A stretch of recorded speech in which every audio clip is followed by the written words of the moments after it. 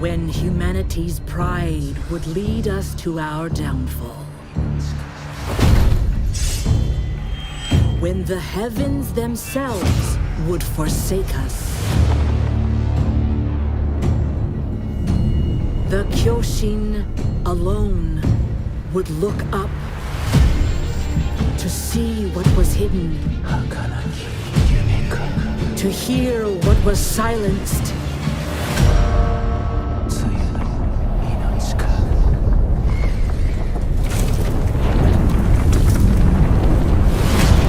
To cherish what was about to fade.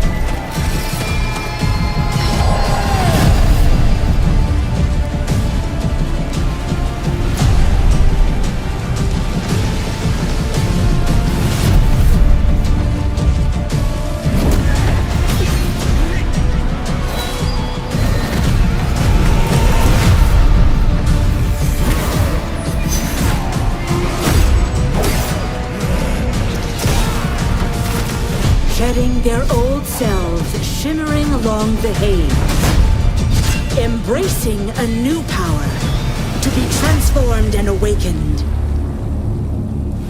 They would carve their own path in the land of fire.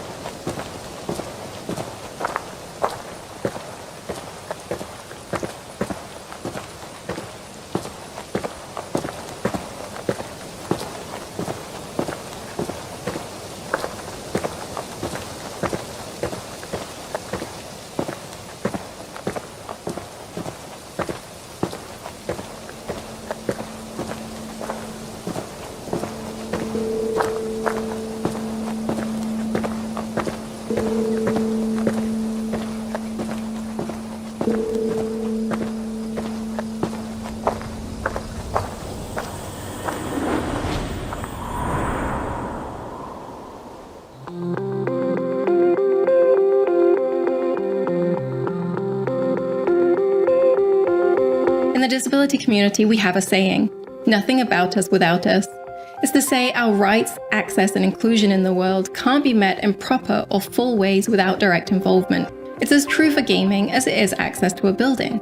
It's really important to us that we work with the community to improve accessibility. By not just involving, but valuing players and developers with first-hand experience of disability, we're much less likely to make mistakes in our approaches. Even if our efforts are well-intentioned, they might not really reduce a barrier or contribute to stigma. We're really thankful and proud of the community for their contributions. When I was working with Ubisoft on Watch Dogs Legion,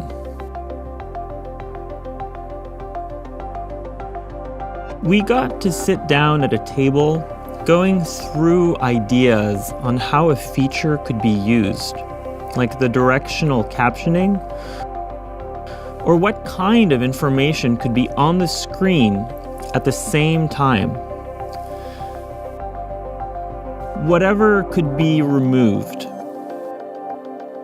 There was a lot of going back and forth to make sure there was no confusion. It was great how they were double-checking to make sure they got it right. I grew up waiting for accessibility to be something companies can talk about. Watch Dogs Legion's Play As Anyone innovation brought with it a promise of diversity and inclusion that inspired our team to make accessibility a core pillar of our design from the very beginning. The game offers a visualized sound effect system that captions hundreds of ambient world and gameplay sounds, from birds singing to footsteps to cars accelerating or crashing, each prioritized by context and spatialized with a directional indicator. The Watch Dogs Legion's team is extremely proud to have achieved this new level of accessibility, but it's only the beginning. Games that are truly accessible to everyone will require continuous innovation and effort, and I look forward to seeing today's innovations become tomorrow's standards. On Assassin's Creed Valhalla, we started working on accessibility features very early in the process. We have options for player to choose their text size, but also the text size of the subtitles. You can add a background to your HUD elements to make sure the contrast is good for you. We can adjust the icon size also, depending on your gaming setup. We want to make sure you get the most out of it. Ubisoft's goal is to make games that enrich our players' lives. And key to that is making games that are inclusive and accessible to all. What we've seen is that by talking to the community and learning from each other, our teams are really inspired to innovate and find solutions, striving to challenge themselves and always improve.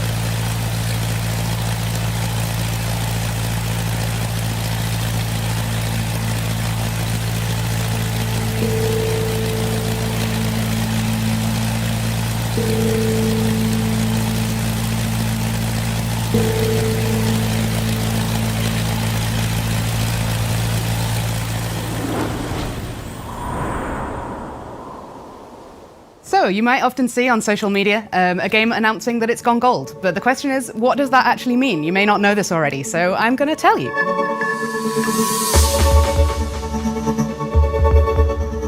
So when we say that a game has gone gold, it means that the game has been approved for manufacture. So that can be Sony, Microsoft, Google, Amazon, Nintendo, whichever platforms we're targeting for that specific game. The game is fully playable, it's stable, it's got a decent level of performance, and everything's basically working. And also that we've passed all of the compliance requirements from those first parties, and they have basically said, yep, off you go to manufacture. And then we start making the discs from there. So the term going gold comes from when this was all done on physical discs. It's digital now, but when this was physical discs, the ones that were sent to the manufacturer companies with that version of the game on that has been given the thumbs up, they were gold coloured, and so we still use that term today. So when we go gold, it doesn't mean that all the work is done for the team. We usually go to manufacture about 6 to 8 weeks before launch, so there's some time there that we can use to properly polish the game and fix things like stability and little niggly issues that might impact the gameplay when we go live. So one of my best memories from shipping a game is when we were working on The Division 2, and we decided quite last minute there that we wanted to make some improvements to the onboarding and tutorials right at the beginning of the game. So what that involved was me running around the office, just speaking to people, trying to see what was possible, what was safe to do, what changes we could make that were really going to improve everything. And it was great to be able to work that tiny bit of magic right at the end that was going to improve the experience for everyone. So when a game goes gold, that's quite a big milestone for the team. It means that something that they've been working on for quite a few years is almost ready to go. So remember to give them a shout out when you hear a game's gone gold. It means that we're all really excited to see you get your hands on the final product.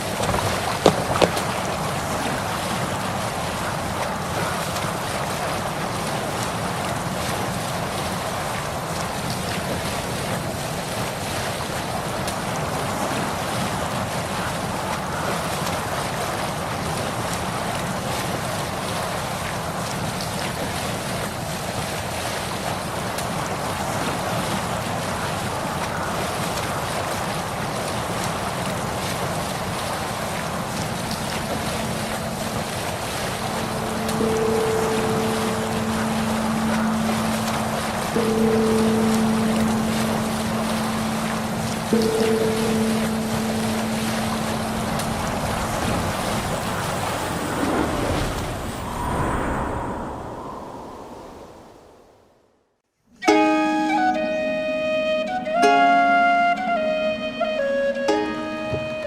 I started this project, the homework I got from, from the Ubisoft team was go home and play. My name is Einar Salvik, a musician and composer from Norway. My name is Julie Fowlis and I'm a musician and a singer from Scotland. I predominantly sing in Scottish Gaelic. The music that I perform is deeply rooted, the music of the Highlands and Islands in particular. I understood quickly that myself and people in the music team of Ubisoft, we had a lot of the same ideas and vision of what my part in it could be. When I decided I wanted to have Julie on board and she's accepted, I could already hear the music in a way.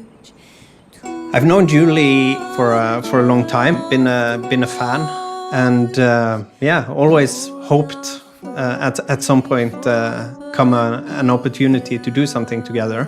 I do connect to her way of approaching the older song traditions. It feels great to have her part of this. It was certainly an amazing opportunity to work with Einar. I love his work, I love his music, and his approach to making music. To work with Einar on these songs was just something to me that felt quite natural and really enjoyable, actually. I have implemented instruments such as the lyre, which would be the most common string instrument at the time. I of course used the bronze horns that we also have in Scandinavia and was present in Ireland at this time and for a long period before this as well. One instrument that I introduced that I didn't use in the main game is the crwth. It's a form of lyre. Was present in both Ireland and Wales and Scotland. So of the two songs that we worked on, one of them was in Old Irish, Flann for Éden. That is actually an excerpt of a poem dating from the early 800s. That was the intention of the song, creating a praise poem for Flann. The Liafal there are many strange myths about it. It is sort of the coronation stone that had a power of choosing the king. When a truthful king would touch it, the ground would resound beneath it. It is sort of the heartstone of Ireland. It was really a great experience working on these two songs. They were very, very different stylistically and linguistically also. We wanted the Gaelic language, Old Irish Gaelic, which is a mysterious language. This is a language that we have evidence of through writing, but we don't know how it sounded. We don't actually know for sure how it sounded, so it's a little bit of educated guessing. The legend is that the stone will bring woe, but the song claims if Ireland came to peril, the stone would rain a storm of wonders. But Ciara is a very important character in this story. Ciara means the dark-haired one, and it was challenging for me too. I had to adopt the voice of this amazing character who's a very, very strong character. But it was really incredible recording the voice parts and being directed in real time from Canada. I put a lot of heart into my work. It's important that it reflects the game, but also reflects the culture. The music and the language, they really shape our identity as Gaels. It was hugely satisfying to work on the music, and actually for me it was a great way to channel some creativity during the pandemic.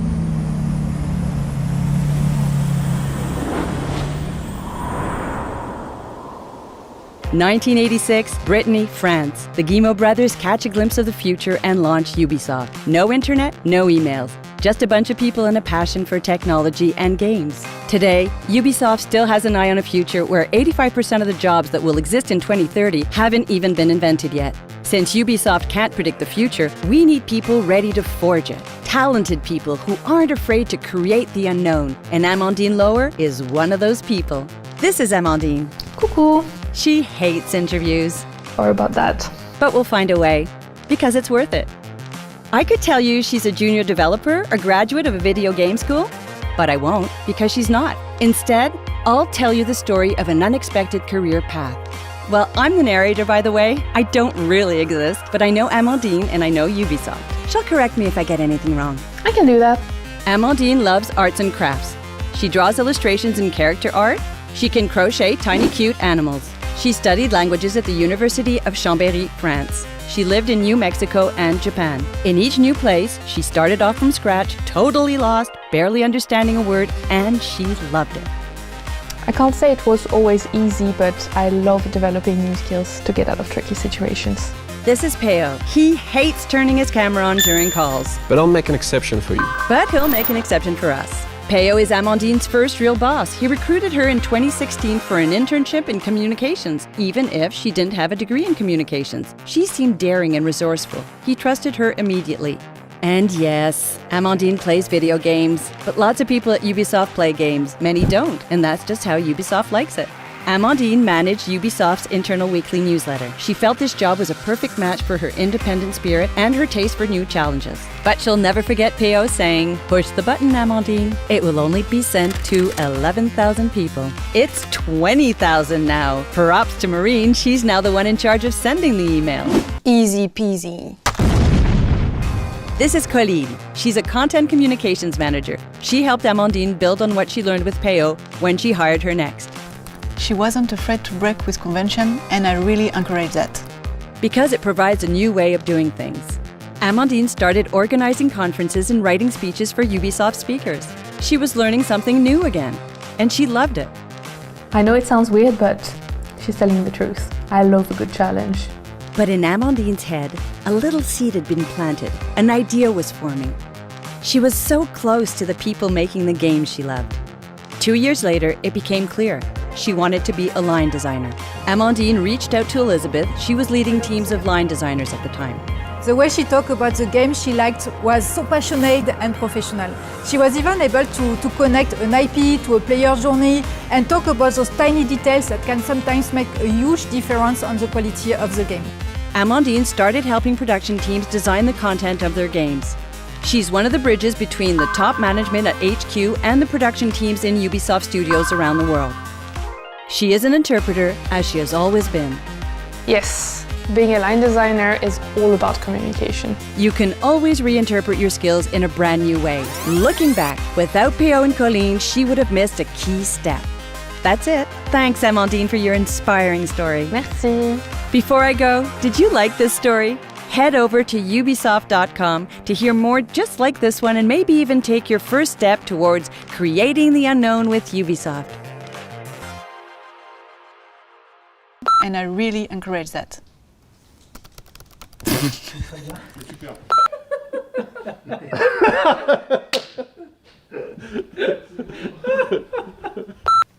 Easy peasy.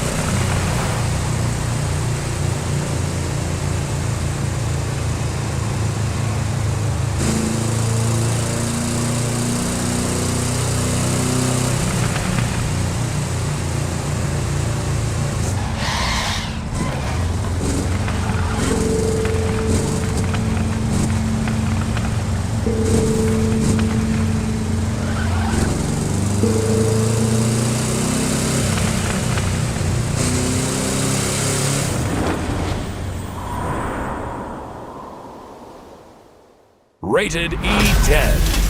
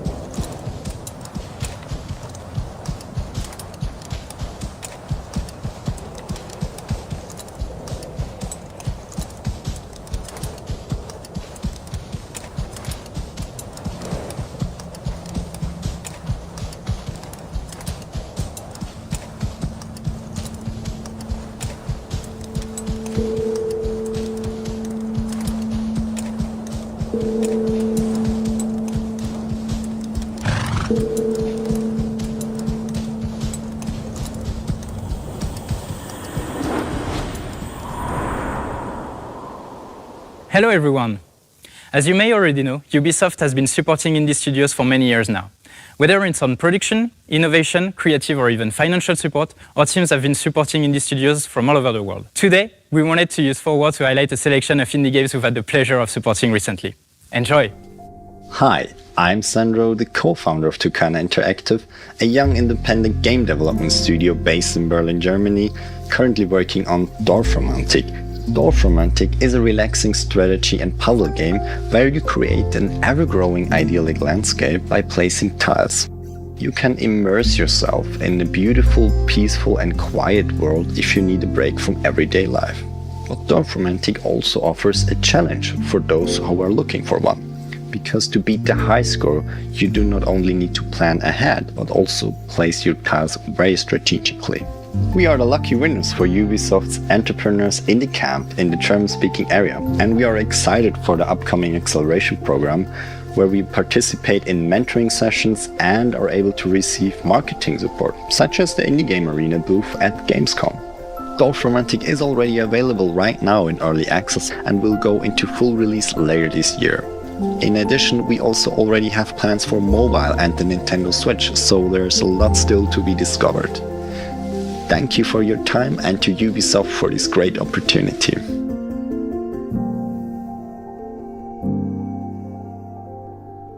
Hey y'all, so I'm Min Taylor. I'm one of the co-creators of Bravery Network Online, a game by Gloam, which is our studio. Bravery Network Online is a turn-based strategy game. You've got a team of 5 fighters. You're playing against an opponent's team of 5 fighters. And they are, a little bit gay. But if you're not gay, that's okay too.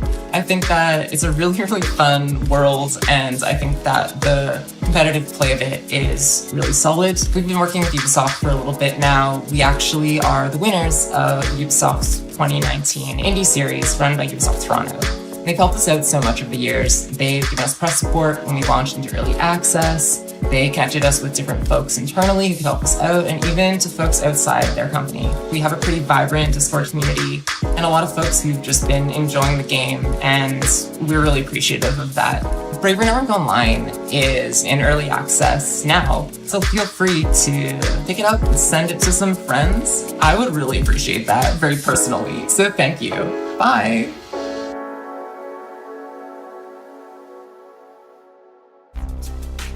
Hello everyone, I'm David Prinswell, game director on You Suck at Parking. You Suck at Parking is the world's most extreme parking game and probably the only racing game where the goal is to actually stop your car. It's a funny physics-based racer, which doesn't take itself too seriously, but still requires enough skill for you to master the hardest tracks. We crashed into the Ubisoft design team a while ago and we had some great discussions on You Suck at Parking. They gave us actionable advice and great feedback along the road. And they've been championing the game ever since, so we're super grateful for them. You Suck at Parking presents you with a ton of varied and surprising levels. The goal is to fill every parking spot before the timer runs out. And don't get too attached to your cars though, because you'll have to respawn a lot. For the competitive players out there, there's leaderboards in every level so you can compete with your friends and the world for those top spots.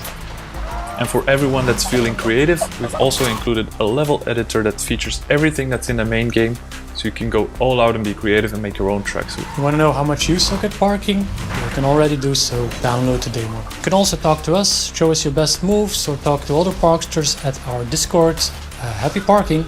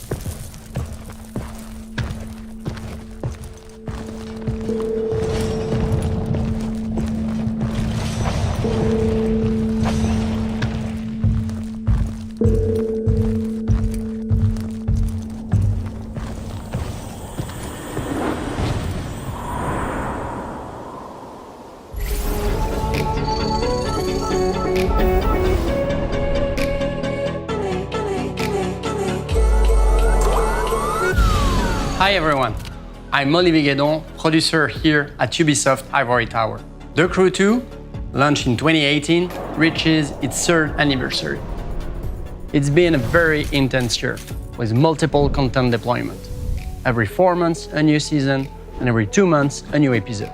We delivered all the content announced 1 year ago, and for this, I would like to warmly thank our teams here at the studio for their work and commitment despite the COVID-19 context. But it's also time to warmly thank you, our community, since we are really proud to announce that we are now more than 30 million players to have joined the Crew franchise since 2014. And for those who have not joined in yet, what a better time to jump in the Crew 2. First, claim this amazing vehicle for only 1 crew credit in-game starting today. Also, next week, enjoy 1 event for each major update we released so far in a special anniversary live summit. But it's far from being over, and I'm super happy to announce more seasons for our 4th year.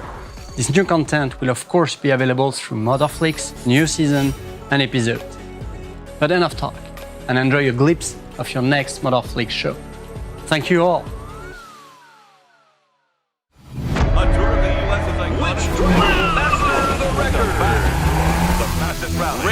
the clock. Welcome to special number 1 of the U.S. Speed Tour East around New York City, the Big Apple. Daytona, Florida, speeding along the world's most famous beach. What a perfect day here in Miami. Fans are gathering, drivers are ready. Hey, I think we're going to have a great race today. I cannot wait for this season to get started. Each new season brings a fantastic feeling. The fever, the hope, the excitement. The teams are getting ready. And I guarantee you that they are ready to make the show. Who will be the fastest?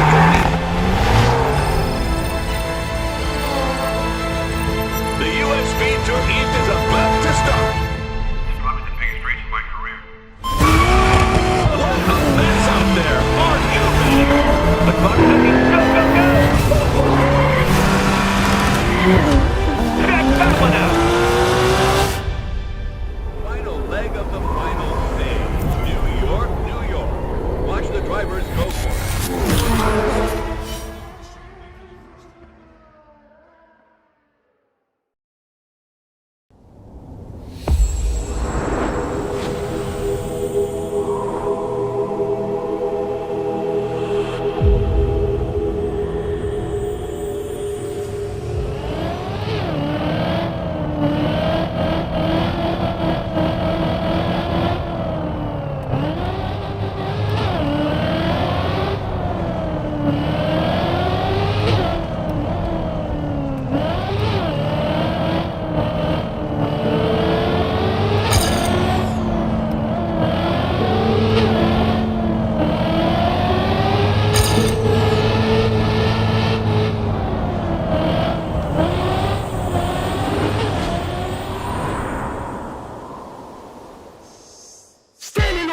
Got the whole place rocking, it's popping, no stopping. Standing on the stage, got the whole place watching. Vacation, hotel hopping. I'm a big deal, I'm a big deal. I'm a big deal, I'm a big deal. Standing on the stage, got the whole place rocking. I'm a big deal, I'm a big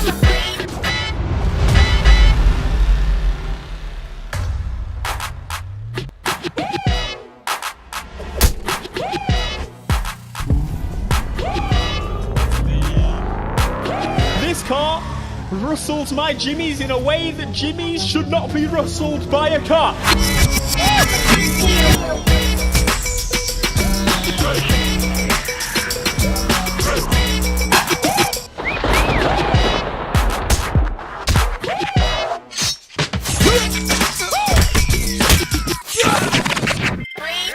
Worldwide on the scene, I'm a big deal. Everybody know me, I'm a big deal.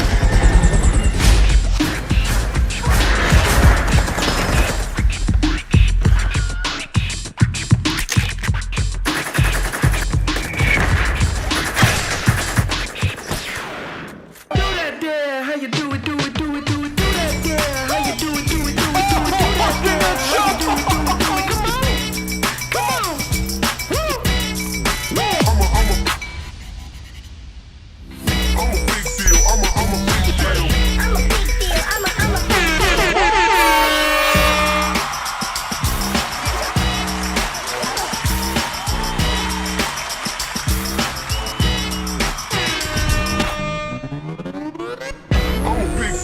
I'm a big deal, I'm a big deal, I'm a big deal, I'm a big deal. I'm a big deal, I'm a big deal. I'm a big deal, I'm a big deal. I'm a big deal, I'm a big deal. I'm a big deal, I'm a big deal.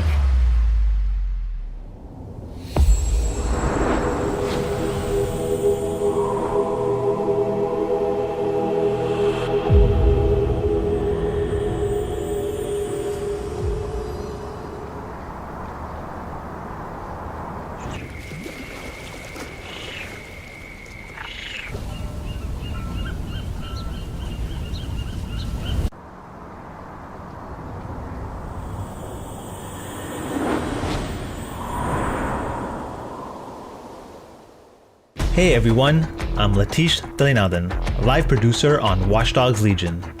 Back in October 2020, you recruited a resistance, built DedSec, and saved our near-future London. Since then, you have jumped in online modes with friends, dared our tactical ops, and fought for London with Mina. Now, on behalf of the team, I'm proud to give you a taste of what's coming up in Watch Dogs Legion Bloodline. Got a simple job for you, Aiden. Huge payday. What's the catch? It's in London. That's where your nephew Jackson lives, right? Anyway, the job's pretty straightforward. Break inside Broken Tech and steal a device giving control over an army of weaponized robots. That thing must not fall into the wrong hands. Whoa, whoa, whoa, whoa! Easy, easy. Hey, I know you. Give me that. This, no. 3. I need it for a thing. 2. Okay, I guess we're doing this.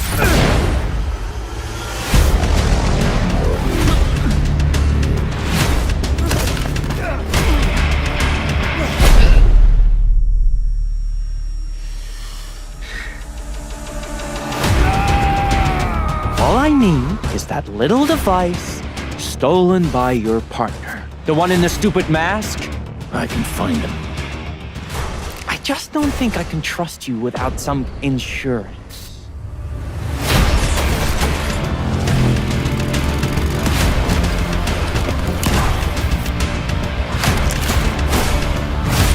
I'm just tired of criminals and con men running the world. I need you to pay attention.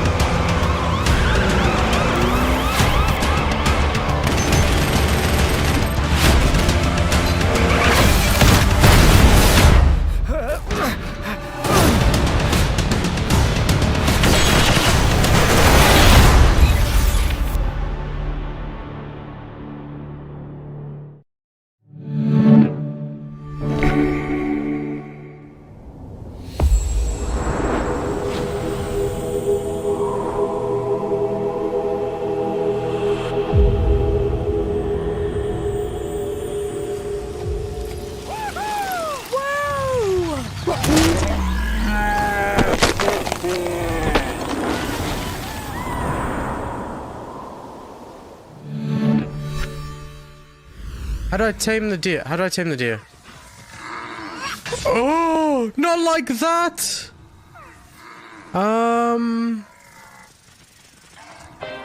My bad? Now I feel bad.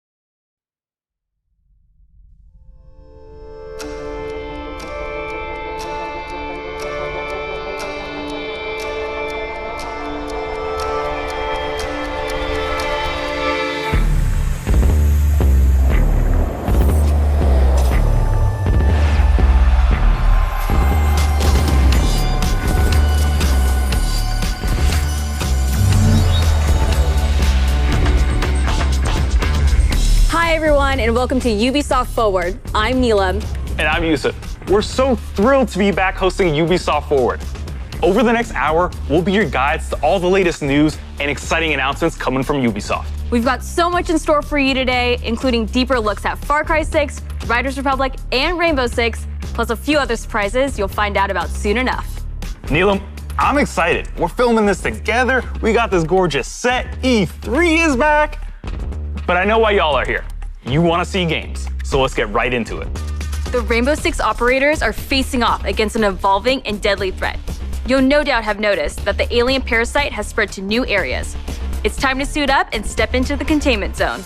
Here's a deeper look at Rainbow Six Extraction.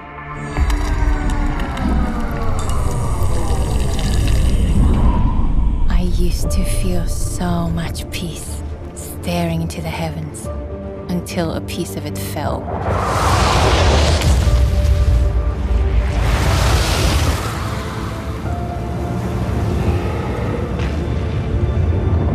And the nightmare began.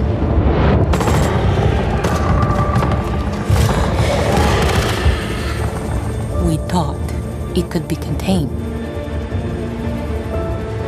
but it evolved. So we did too. One of our own is MIA. I need an extraction team, now! If there's a way to stop them, you will find it. But I know you will find me first. Okay, the plan. Nomad, secure our exit. I'll take out the nests. And I'll find Ivana. I have your signal. Let's go. We are already out of the nests. Incoming! Clear the area!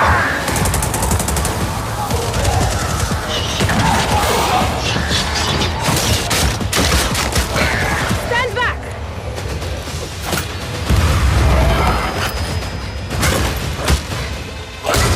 Down.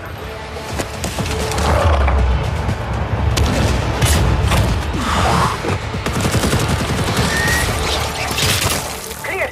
Let's move out.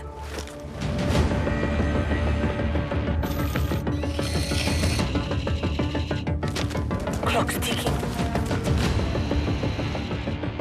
I found her. Ivana, hold on.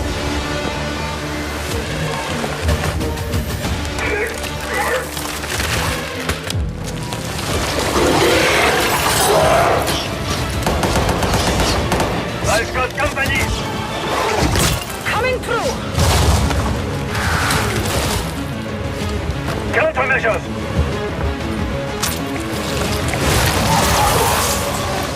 Check. Make for the exit. An apex! Get down!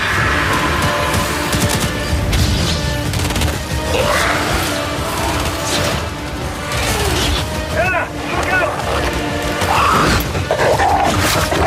I don't have the gun! Not so fast. Target the breacher!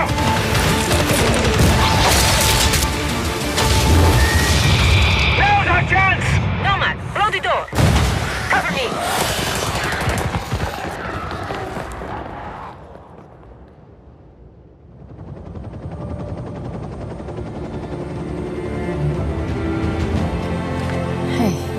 You all throwing me a party? Yeah. Too bad you missed all the fireworks. Team, it's Ash. We're not done yet. VIP down and...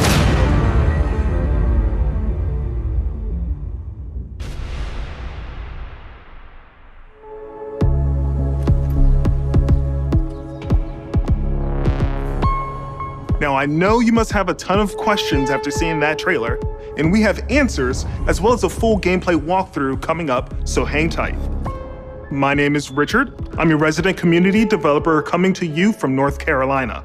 We're thrilled to be back to give you an introduction to Rainbow Six Extraction.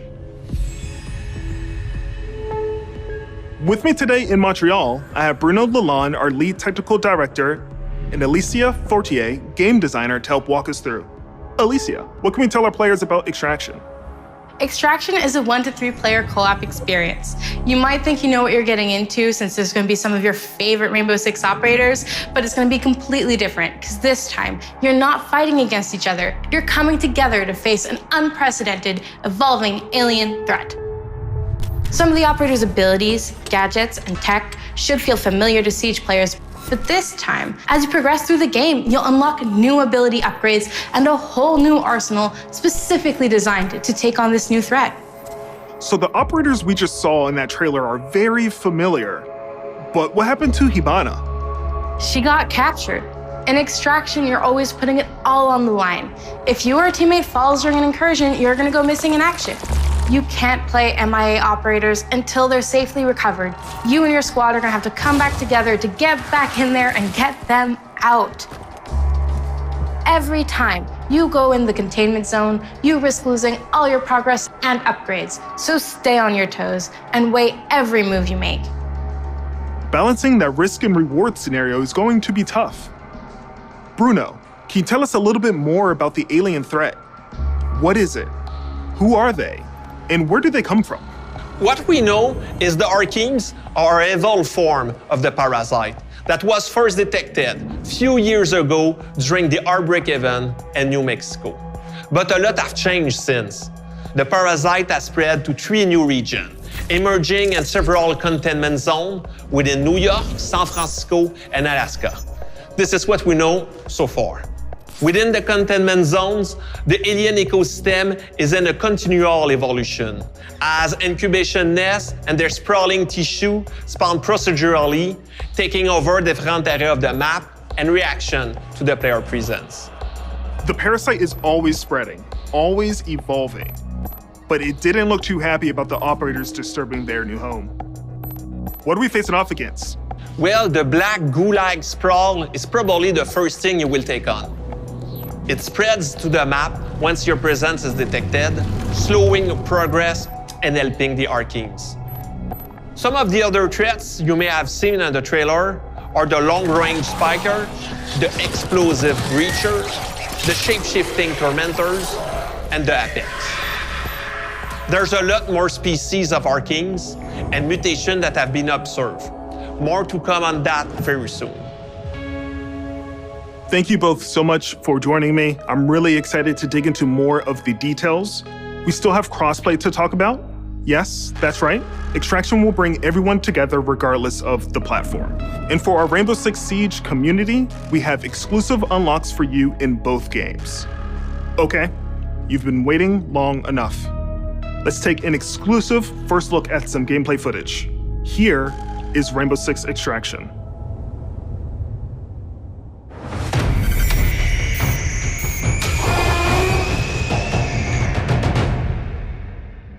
Welcome to Rainbow Six Extraction, the new tactical co-op shooter game where Rainbow Six operators are dropped into alien territory. In today's walkthrough, we're on a mission to investigate anomalies identified at the Orpheus Research Center in Alaska.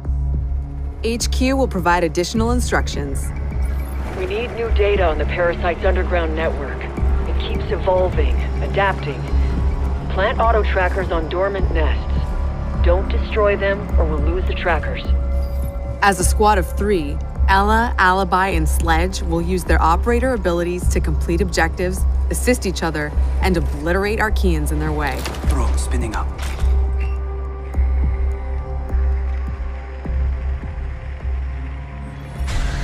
That's a grunt. Easy for a nest to incubate and bring to life, not so easy to eliminate in large numbers. Converge on location. Nice and quiet. The enemy reacts to intrusions in their ecosystem, including operators. Eliminate my target. So stealth tactics are the way to go. Visual on nest. Place auto trackers for our React scientists. Auto tracker activated. Visual hostile. Auto tracker activated.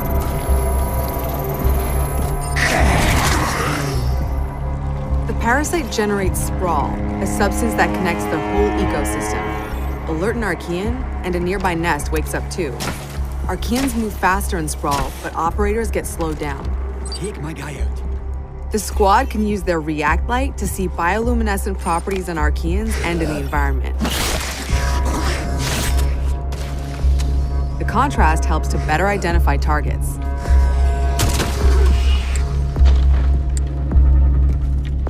Nest mapping complete. A scientist just gave me the thumbs up. Good job. Identifying Archean variants helps the team determine the best approach to take them out. Scan grenade. Spotted a rooter. It can immobilize anyone in front of it, so Sledge will swing around back.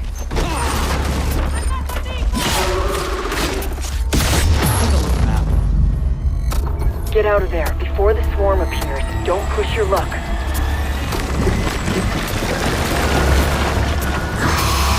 Airlock, go!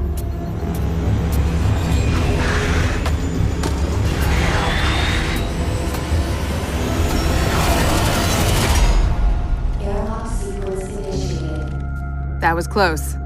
Here, the team can regroup and resupply.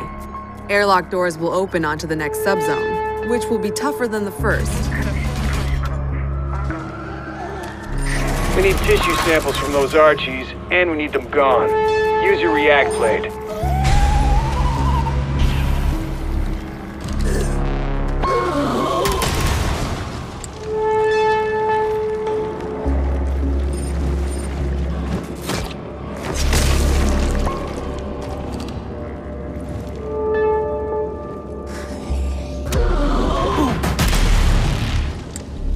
It's right there.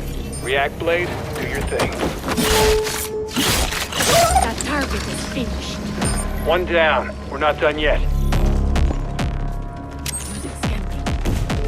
That's your target. Don't put it to death just yet. Get that sample. We've located a spiker. It can fire armor-piercing projectiles. Alibi deploys a Prisma hologram. Deploying the bait.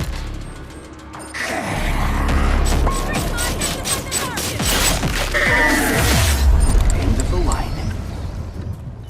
The squad can use React tech to go further in incursions. The more intel they collect, the more tech they'll have at their disposal to fight off this threat. It's all about teamwork to outsmart the enemy. Barricade that spot. Reinforcing the wall. Creating a choke point is a good idea to increase the arc mine's efficiency. Eyes on hostile! Arc mine is set.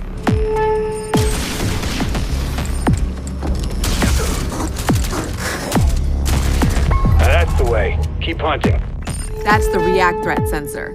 Smasher incoming.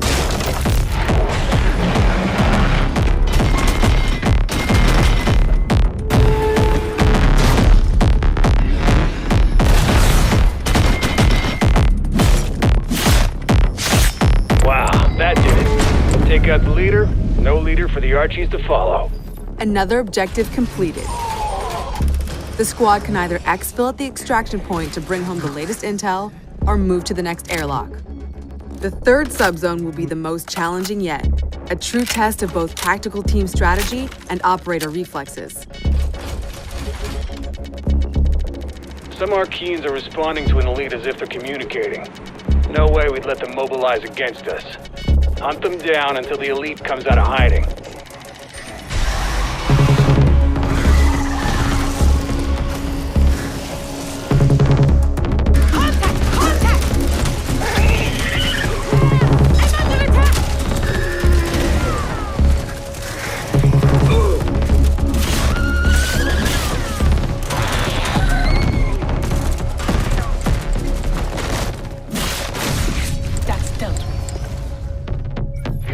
Show up any second.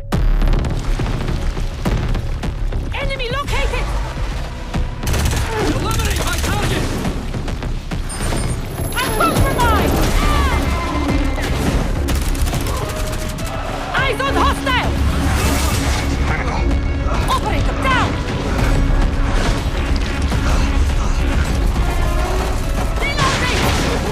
We have an operator in stasis. An operator is now MIA. I don't know if you can hear this, but we're mounting a rescue. Hang tight.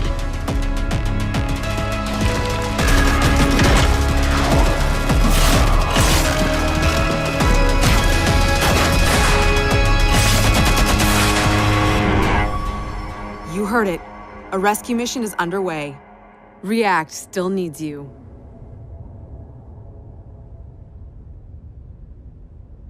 Operators, it's time to unite and stand together against this emerging threat.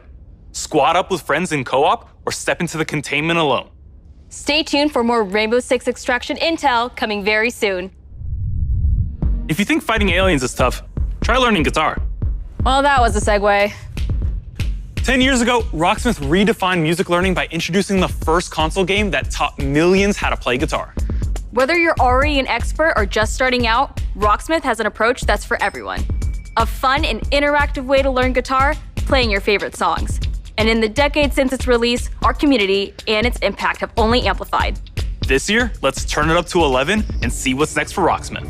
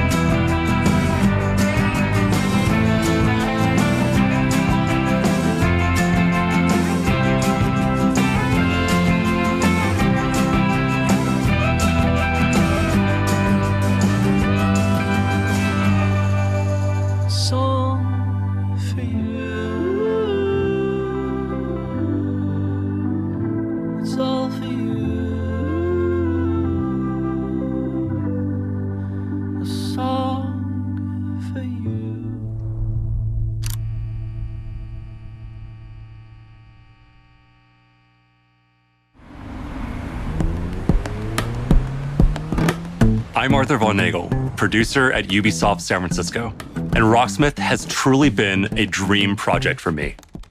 As a lifelong gamer and a touring musician, Rocksmith is what I wish I had when I started learning music. And that's why I'm thrilled to share the next evolution of music learning, Rocksmith Plus, a new interactive music learning subscription service available this year. Learn how to play guitar and bass by playing along to master recordings of your favorite songs. Connect your instrument to your PC, console, or mobile device and get real-time feedback as you play. Connecting with Rocksmith Plus will be easier than ever now that you can use your phone as a microphone. Download the app, log in, sync to Rocksmith Plus, set it down, and play along. Now, acoustic players and electric players with amps can use Rocksmith Plus with no extra gear needed. It's a game changer. And we're excited to reveal Rocksmith Plus will have a huge amount of songs at launch. All songs in the library will have chord charts that'll be perfect for rhythm players who want to learn the foundation of a song to hum and strum along to. We'll still have the note-for-note, authentic arrangements for players that want to play songs exactly how the artists originally played them. And each week, we'll release a steady stream of new authentic arrangements to keep growing that portion of the library. We're also introducing the Rocksmith Workshop, a new tool that lets users create and add their own arrangements for songs we've licensed. Your subscription will give you access to all those songs, more content than ever before, including genres beyond rock, We'll have pop, hip-hop, country, Latin, R&B, all sorts of metal subgenres. We'll have music from all over the world, from big stars to indie darlings. It's the most diverse song library ever seen in music learning software. Rocksmith Plus will still have our proven practice features like adaptive difficulty and riff repeater, which let you practice and learn at your own pace, or slow down and repeat tricky parts until you master them. We've improved those features in Rocksmith Plus and are introducing new ones. Beginner and intermediate players will benefit from more personalized learning, thanks to an enhanced recommendation system and more robust progress tracking. Players won't just see their growth on a single song. They can now monitor their progress technique by technique across the board, and overall offer a better sense of how you're improving over time. Advanced players will be happy to know we're introducing a new Rocksmith tablature view. That way you could take advantage of Rocksmith Plus's song library and practice tools in a format that's familiar and one that will hone your tab reading skills. We're excited to announce that you can register for a chance to participate in our closed beta right after the show. Visit our website at rocksmith.com to get an early look at Rocksmith Plus and help us test and create the future of music learning. Thank you so much to the amazing fans who have enjoyed and supported Rocksmith over the past 10 years. Let's jam together with Rocksmith Plus for another 10.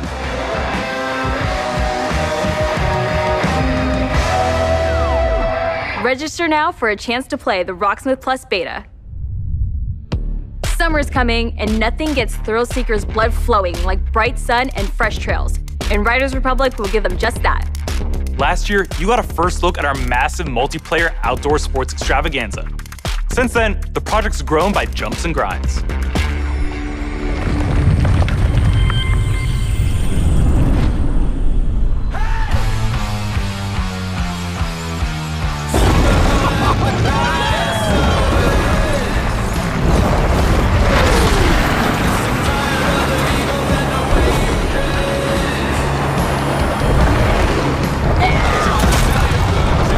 Greetings, thrill seekers. This is the Riders Ridge, the Republic's stomping ground. From here, you can meet like-minded riders,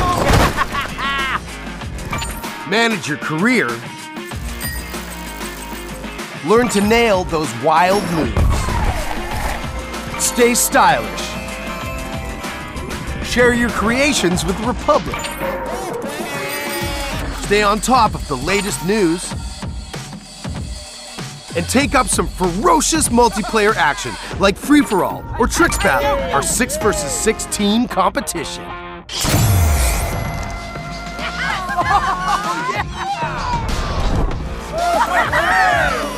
So, here's how it works.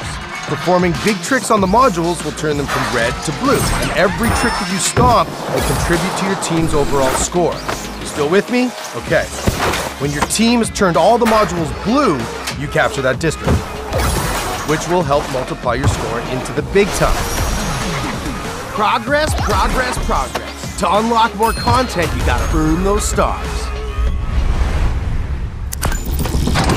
So, if you want to be the boss of your own career, the world's most famous competitions are waiting for you.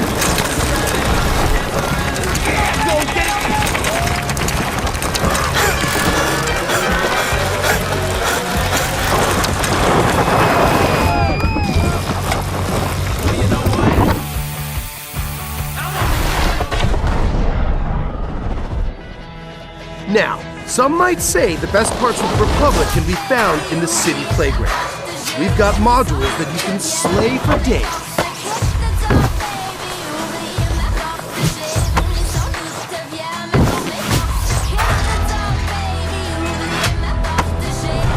Maybe you're all about living on the edge. Either way, to progress, you gotta earn those stars. Having the right rig is important too. We've all got our preferences.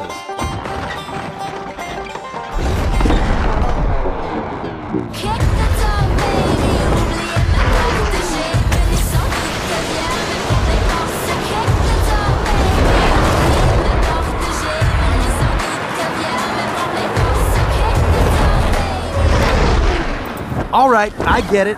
Sometimes you just want to explore and bathe in nature.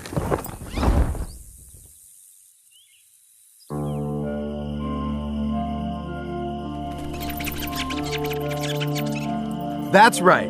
Everything you do counts. Getting those stars means more rad to be had, and the Republic will abide. There's always something awesome to do as you reach new milestones and unlock more challenges. Ha ha ha! It's the Red Bull Joyride, people. It's infamous. It's spectacular. It's the biggest stage of slopestyle mountain biking. And guess what? You can play it versus your friends. There is so much more. More stunts. More sports. More events. Just more, okay? And a natural outdoor playground for you and your friends to enjoy, any way that you want. When we say fun with everyone, we mean it. Look at all these riders. Does this speak to you? Then don't miss out on mass races. Woo!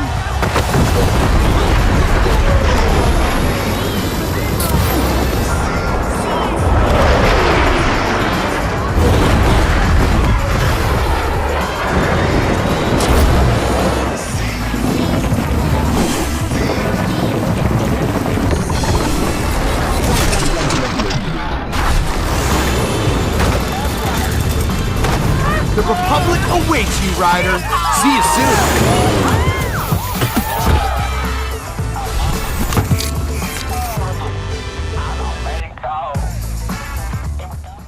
Don't keep the mountains waiting. Riders Republic is coming September 2nd, and you can pre-order now and claim your right to rip. Okay, so we've seen some of our favorite Rainbow Six operators battling alien parasites, but how's their day job going? You know, ever since Crimson Heist, we're still trying to clear all those pesky Flores drones off the maps. Year 6 is off to a blazing start, with Siege passing 200,000 concurrent players a few weeks ago. If you haven't joined in yet, 2021 is the perfect time to drop in.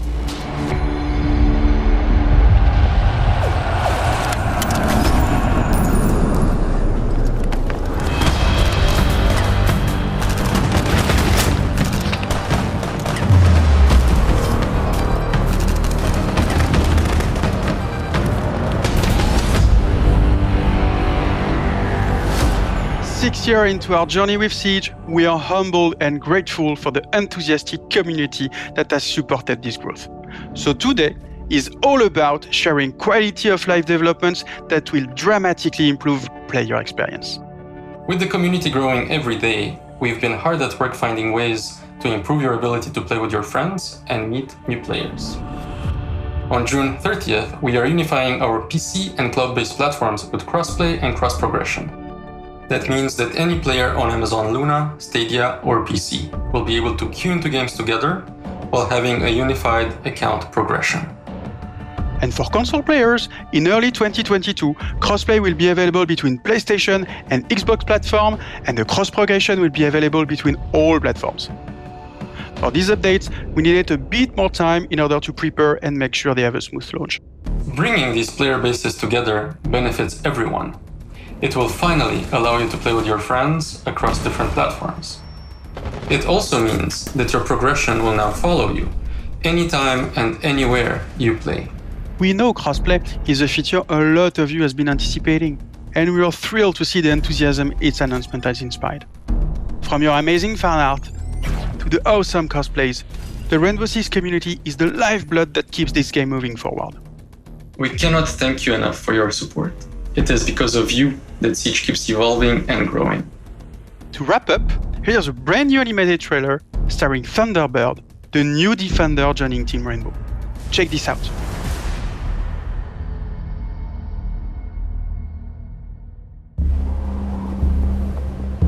Ready? 6 years ago, I met a pilot. She saved my life.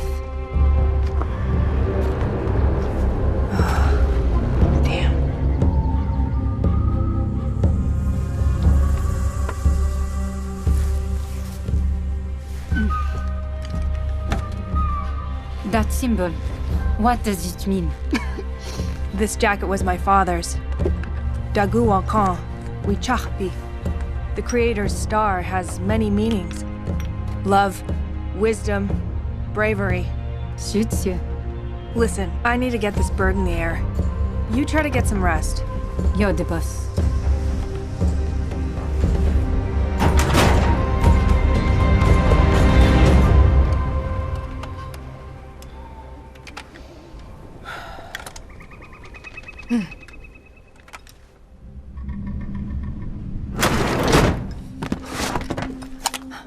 What's happening? Shh.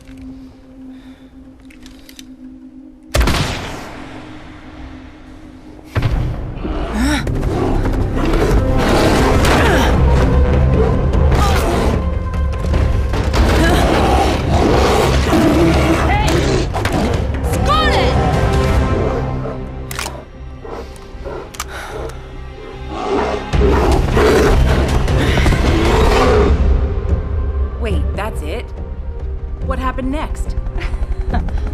Why don't you ask her yourself?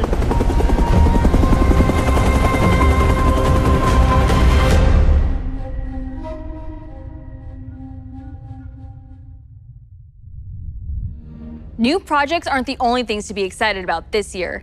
Take a look at the incredible updates coming to our live games in 2021.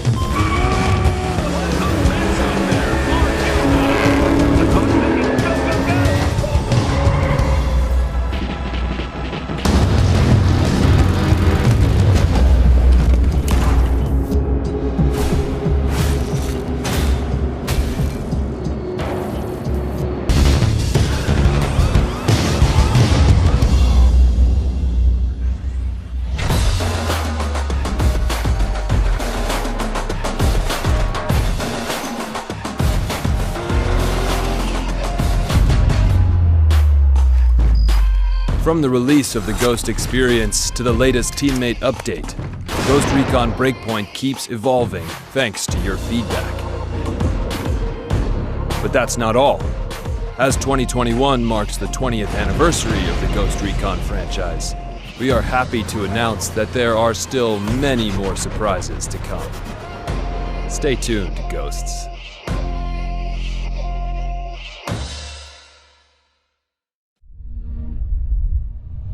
Just Dance has always been about connecting with friends and family. When you're in good company, there are no bad dancers. So move the coffee table, alert the local homeowners association, and let's get loud.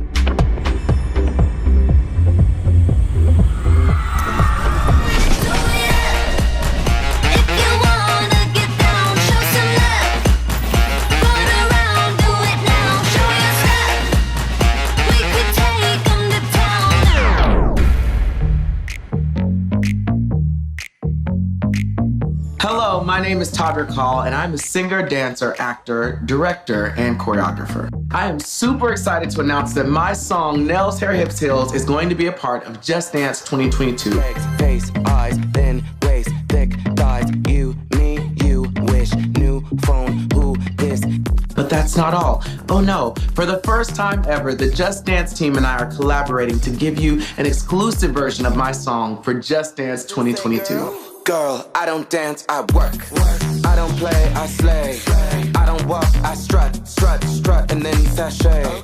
To me, Just Dance allows people to express themselves through dance and to celebrate who they are and their individuality in such a fun way. Just Dance has transformed millions of lives, and I hope that this song brings you all so much joy, whether you're dancing alone or with a group, to work out, or just to have fun. It's going to be a great time, and I can assure you, you will not just play, you will absolutely slay. The new lyrics were handcrafted specifically for Just Dance, and let me tell you something, they're full of sass because, you know, they were written by yours truly, but I guarantee they are going to give people so much confidence. That's the reason why I wrote Nails, Hair, Hips, Heels, and now it's been Just Danceified.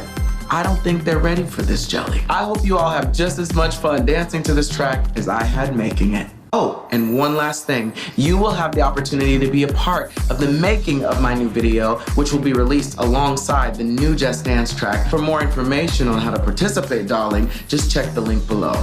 We got you. I cannot wait to see you all living your best life and being the most fabulous you have ever been. I will see you all in Just Dance 2022. Girl, I don't dance, I work. I don't play, I slay. I don't walk, I strut, and then sashay. But I don't work for free. That's not the tea, hunty. So make it rain on me, and I might let you see. Okay, dolls, y'all know what time it is. Come on, everybody on the floor. I want to see you work. Come on, nails, hair, that's all. It's time to get our Viking on. It was a big year for the new chief of the Raven clan, but your journey with Eivor is far from over.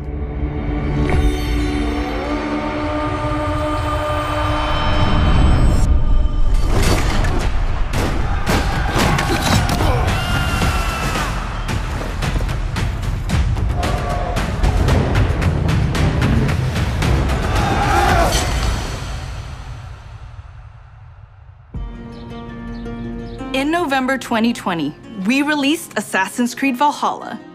To our delight, it was the biggest launch for any Assassin's Creed game to date, and we have you to thank for that. Becoming Eivor, a Viking leader going on a quest to fight for a new home, is an adventure that resonated closely with many of you. I certainly had fun exploring England with Eivor and stumbling across unique world events that left me with memorable side stories. Thank you, Eivor. We're amazed to see how you dedicated yourselves to the Viking lifestyle. You've led more than 300 million raids in total, and built more than 100 million buildings in your settlements. Congrats. Eivor still has a long journey ahead, and we've been continuing to offer free updates for all players to enjoy post-launch. These updates include time-limited festivals, new quests, and even whole new game modes, such as the River Raids update and the Mastery Challenge. We add in community-requested tweaks and features too. For instance, we'll be adding one-handed swords in the coming weeks. The team is also working hard at tackling issues and improving the game experience for everyone. We've been tracking various known issues on our forums, and also shared our complex bug-fixing process in a recent dev blog. We love seeing your continual feedback, and we thank you for your patience and support for the game. On top of regular free updates, we're also building on Eivor's story and the world of Assassin's Creed Valhalla through game expansions. Wrath of the Druids released a few weeks ago, allowing players to explore Ireland and battle a mysterious cult, the Children of Danu.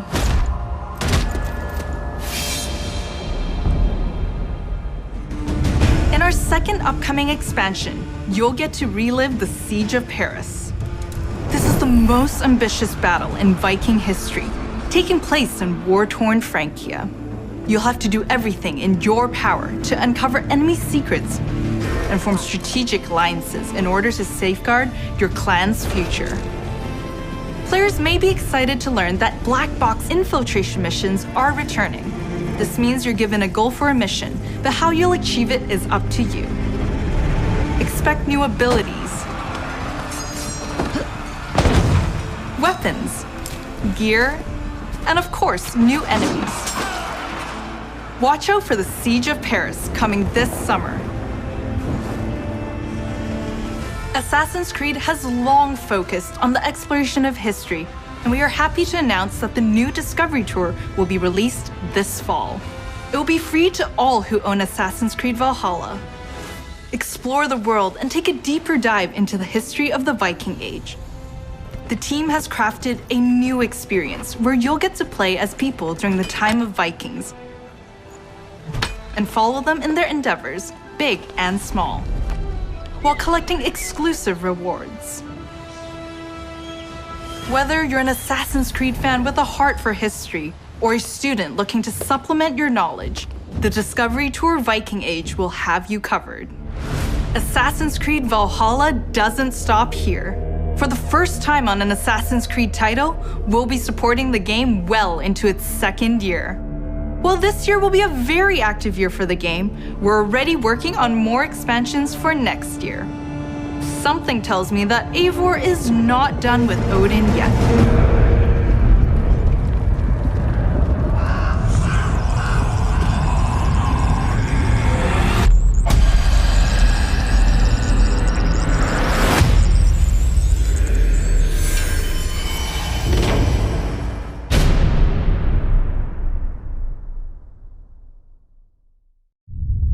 So you've seen some great games from us, but we also have news about the movies and TV series we've been working on. Our Ubisoft film and television team has some exclusive content to share. Up first is Mythic Quest, the workplace comedy set in a game development studio that's streaming on Apple TV+. If you haven't watched the second season yet, here's a look at what you've been missing before the upcoming season finale. Why do you have goosebumps? This is an involuntary reaction to Being inspired? I was emotionally manipulated. What's the difference? That's it. Except make it about me and not the world. I feel really seen and heard. I don't want to see you or hear you. She played us to get what she wanted. She inspired us. She emotionally manipulated us. What's the difference? Up next is an exclusive look at a new trailer for our feature-length movie, Werewolves Within. It's a whodunit with teeth that'll be coming to theaters June 25th and on demand July 2nd. Hello, everyone. I am Josh Rubin, the director of Werewolves Within. And I'm Sam Richardson, the star of Werewolves Within. Werewolves Within was based off a Ubisoft game, and we're so excited to bring you an exclusive look just for you. Check it out. Dr. Ellis? I told you, she's probably tanked. Touch this door again, I'll shoot. Again. Dr. Ellis? Hey, knock it down. Please. We need answers. It didn't disappear. What did you say? It didn't just... Shh. What? It's not Emerson Flint. It's one of you. What the hell is that supposed to mean? Okay, well... What did her eyeball say? We don't understand. Can you just please come out? I'm afraid I can't do that, Ranger Wheeler. You could be one of them. What is she? One of what?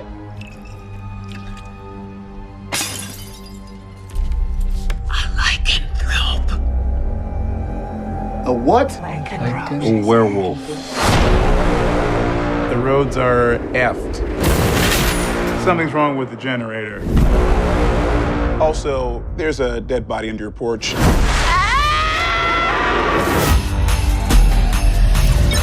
Yes! I'm gonna go get a croissant. Out of curiosity, who is packing? We having a good old-fashioned sleepover. With guns, though. With guns, yes. Everybody's going, how the heck?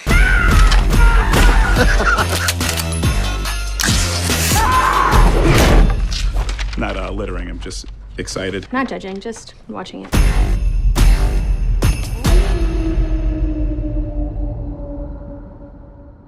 Follow Mythic Quest on Apple TV+, and be sure to catch Werewolves Within this summer, in theaters or on your on-demand platforms.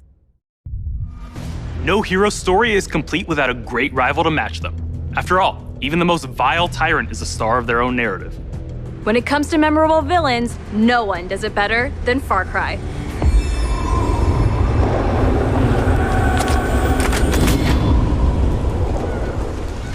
Please, we have to get on that boat. Abuela, what the hell am I gonna do with baseball cards? Do you have any idea what these are worth? Let us through. Marco, always making new friends. Danny, you're late. Where's Alejo? He gave up his ticket for his family. Bullshit. Alejo is an orphan.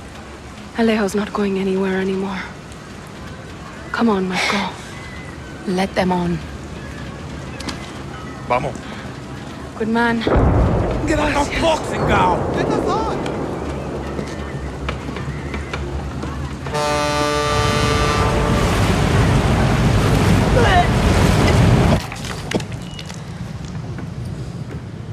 Gracias. Don't worry about it, chamaco. Here. It's all I've got. This isn't right, Danny. We should be fighting, not running to the Yankees. Alejo gave you a fucking gift, Lira. We survive. Same as the orphanage, same as the academy. What's that? Please, no, this is a fishing boat. Dios mío, no!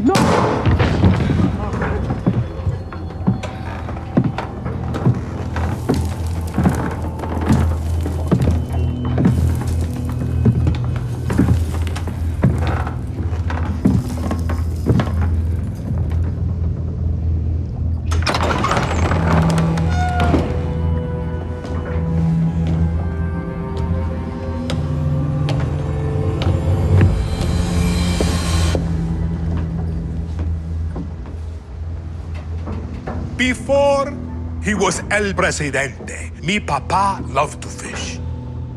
We would go out on a boat, just like this, and we would catch the fish and then release them. He would say, it's not always about your stomach, mijo. It's about the challenge.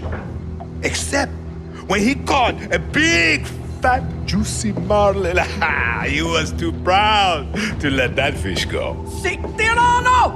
You have poisoned Yara! You have poisoned your sword!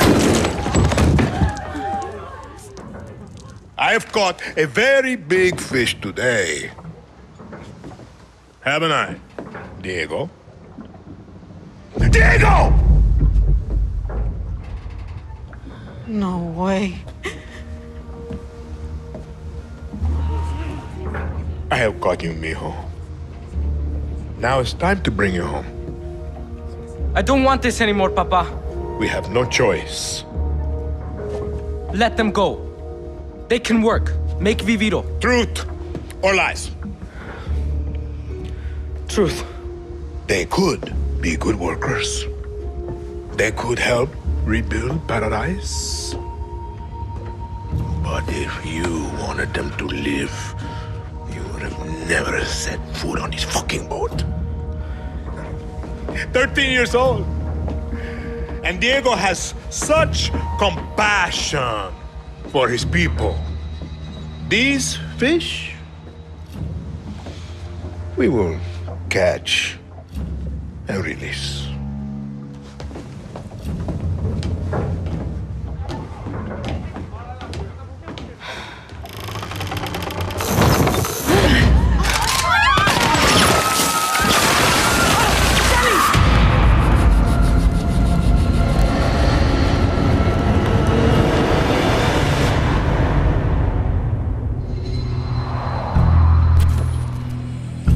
You've just seen another disturbing lesson from Anton Castillo, passed down to his son Diego as he grooms him to become the future ruler of Yara.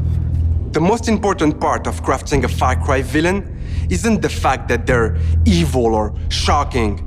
It's that there's someone that could sit across from you at the dinner table and charm you into thinking that everything they believe, no matter how twisted or horrifying, could be absolutely true.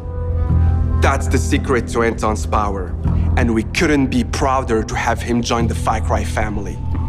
Now, when creating Anton, we had quite a lot to live up to. Because when you think Far Cry, you think about its rich legacy of villains. Which makes today a very special day for Far Cry fans. Not only did we get to see into the mind of Anton Castillo, we finally get to unveil some of our post-launch plans. Our dream was to honor the Far Cry villain's tradition and introduce a brand new experience. It is time to see the other side. Go further down the rabbit hole, and it's up to you to find a way out.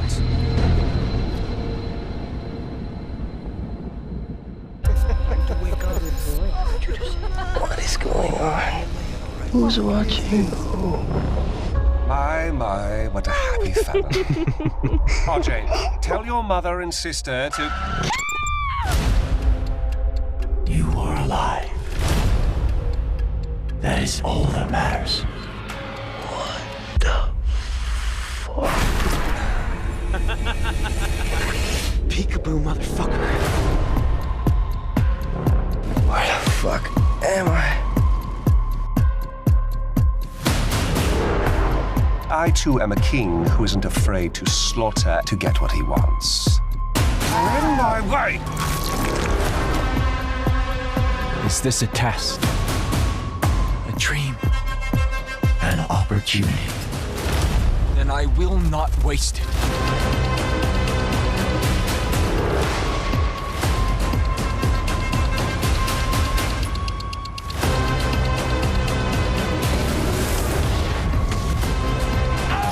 Are beyond salvation. Did I ever tell you the definition of insanity?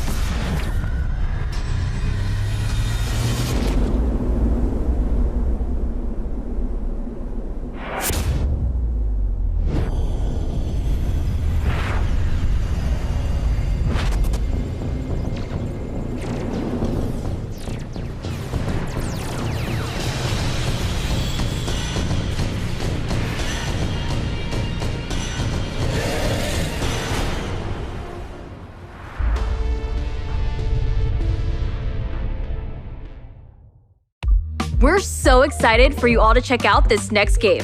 Oof, Neelam, I can't wait to get my hands on this one.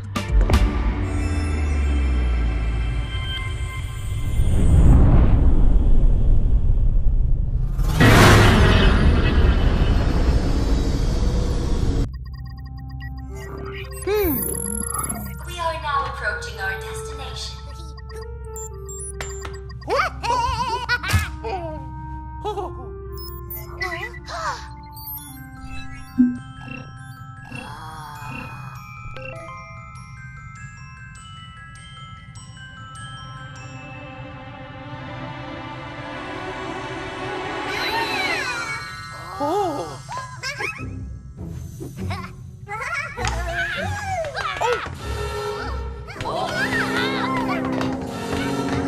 Vast energy anomaly detected.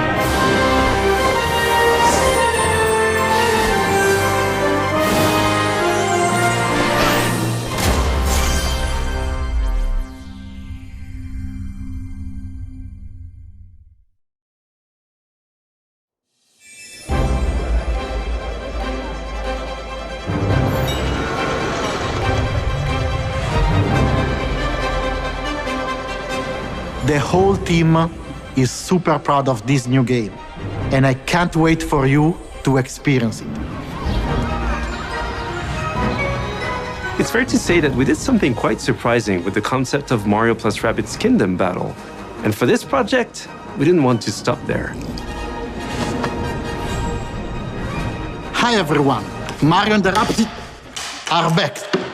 And I'm so excited to be back as well today to unveil our new project, Mario plus Rabbids Sparks of Hope.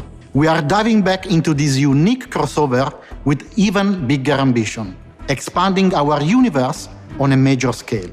This time it's not just the Mushroom Kingdom, there is an entire galaxy to save. To do so, you will lead a brave yet reckless team of unique heroes, including some fresh faces like Rabbids Rosalina and other surprises. On their quest to repel evil across the galaxy, their spaceship will bring them from planet to planet. They will be facing a powerful villain, Cursor, an enemy unlike anything our heroes encountered before. But they won't be alone. By their side, they will have their new allies, the Sparks. These surprising creatures, born from the merge of Rabbids and Lumas, will lend their wild powers to our heroes. Their natures and origin are at the core of our story. But let's keep some surprises for later.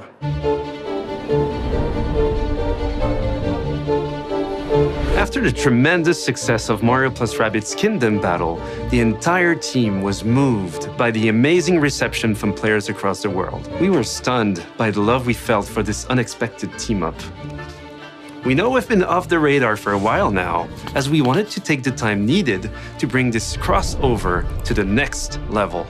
It's not just a new story with new enemies, new heroes.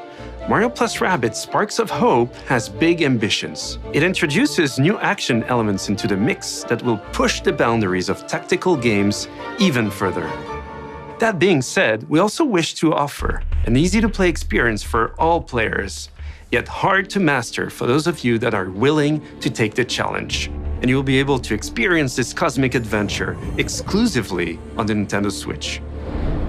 We can't wait to tell you more about the game soon. There is an entire galaxy to save, and we cannot wait for you to experience it.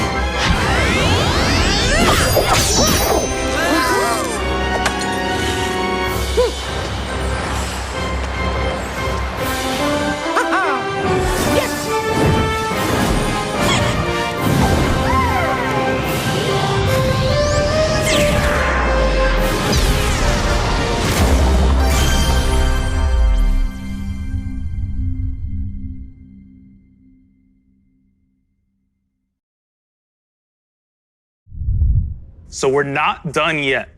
Let's check in with our CEO, Yves Guillemot.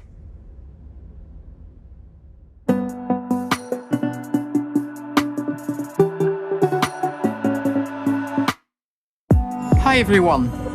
As you have seen, we have a fantastic and diverse lineup of games coming soon.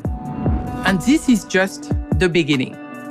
Thanks to all the teams at Ubisoft for what they achieved. and for always striving to deliver the best possible game experiences.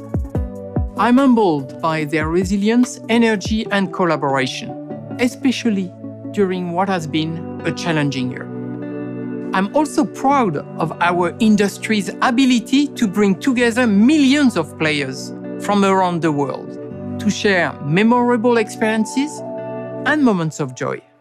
This is one of the real powers of video games, and it is what motivates everyone at Ubisoft to do our best. Finally, my sincere thanks to you, the players. We appreciate the trust you place in us. Your involvement in our games communities keeps them growing and vibrant. We want to create original, enriching, long-lasting game worlds. And your contributions, feedback, and support make it possible.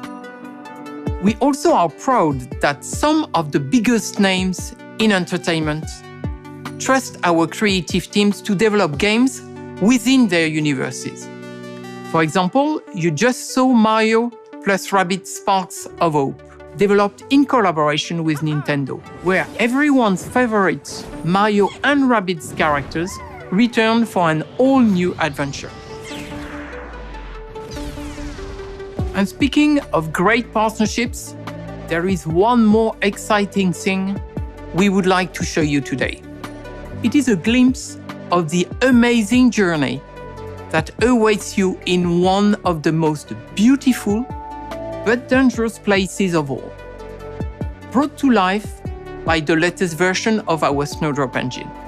I'm excited to share this first look with you now. Enjoy!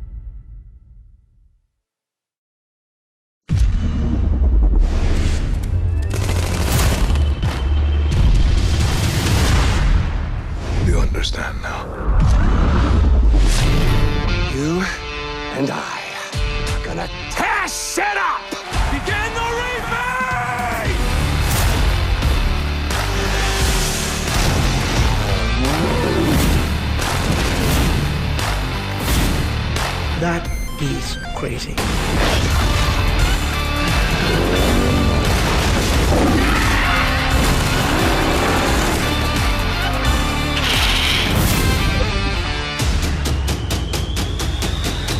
Awesome. Like I said, man, too much fun.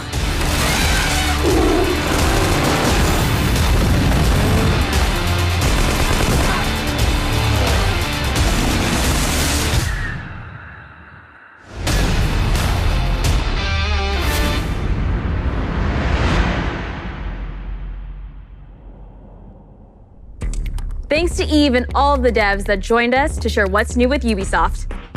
Today, we battled some Archeans in Rainbow Six Extraction, learned some new songs in Rocksmith, got an adrenaline rush from Riders Republic, lit up the dance floor in Just Dance 2022, visited new shores in Assassin's Creed Valhalla, witnessed a chilling confrontation in Far Cry 6, and teamed up with our favorite man in overalls in Mario plus Rabbids. Don't go anywhere, there's still more to come in the post-show. Bye, y'all.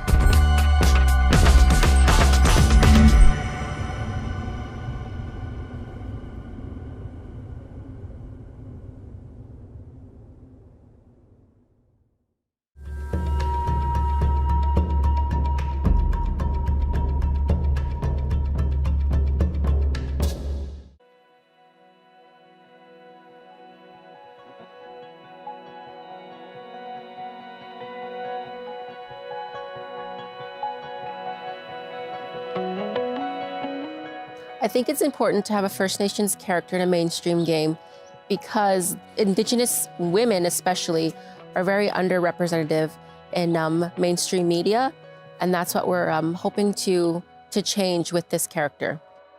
The creation of Thunderbird does have immense potential to bust down all those negative stereotypes about even Indigenous women, Indigenous people.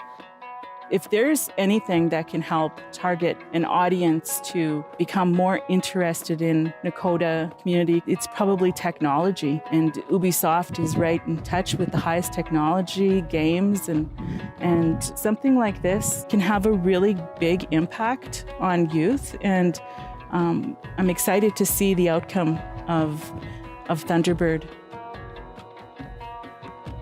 Thunderbird was born in the Nakota Territories in Saskatchewan. Her civilian name is Mina Sky. She values her community and she's also a protector, whether it's of people, the community, or the land. We knew that we wanted this character to be a pilot, a helicopter pilot, but we didn't know exactly in which field she would be working. So I asked the consultants if they had any sort of feedback or information that they wanted to take into consideration when picking the work field in which this character would be working. I suggested that Thunderbird be a technical expert within hydrology because we believe as Nakota people that water is life and that within that is the struggle of protecting and preserving the environment. When we started talking about weapons or tools that this character would have, we were kind of tossing around different names. I made a suggestion and say Nakota words as simply as possible. That Kona would be actually a good name because it means friend. Thunderbird's gadget is a little bit unique. She's going to be our second operator who can raise the health of their teammates. However, it can also heal your opponents. So Kona quite literally is a friend to everyone. Long ago, especially the northern Nakota tribes of the Great Plains, we tattooed our faces. And that's something that has been forgotten, even in our own histories. Now it's something that we're starting to talk about, something that we want to bring back. That's what I wanted to see with this character, was to grab someone's interest enough to want to go out there and find and do research of their own of who the Nakota are, what are the Nakota, am I a Nakota, what's my language, what's my culture, what does this symbol mean? Thunderbird would not have existed without the input of Tarina, Jessica, and Shayna. They honestly created this character from the ground up. We never really knew each other, and we were so excited to talk about this character. And we talked about water, we talked about her name, and we talked about all of these things that, you know, that's going to represent a strong woman warrior. she's going to be representing, she's going to be carrying. And, you know, that was really what was cool about working with Ubisoft on this character. Je considère qu'aujourd'hui, quand on travaille dans ces secteurs-là, dans ces médiums-là, c'est notre devoir d'offrir un maximum de représentation, de donner la possibilité à un maximum de personnes de pouvoir s'identifier, de pouvoir rêver, de pouvoir se projeter au travers de notre contenu. Et c'est pour ça qu'on va repousser de plus en plus les limites de la diversité sur notre projet. On va aller voir un maximum de communautés et de minorités et faire en sorte que n'importe qui a envie de se projeter, qui a envie d'interagir avec Siege, puisse avoir une forme de porte d'entrée au travers d'un personnage qui lui ressemble. She's really bringing such an ancient, historic people into the present. I hope that honors her and all Indigenous women and all Indigenous people. I feel that us consultants worked very carefully and respectfully to develop a character that would make Nakota people proud. This is something that's going to really impact with kids that are Nakota. I might just, you know, purchase a game console and try it out myself.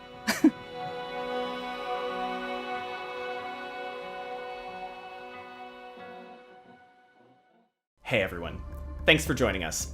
We've got a great show lined up for you today. We've got a bunch of amazing folks from dev team members of the community, and our community team who are going to take you through a bunch of great topics related to the upcoming season of Siege.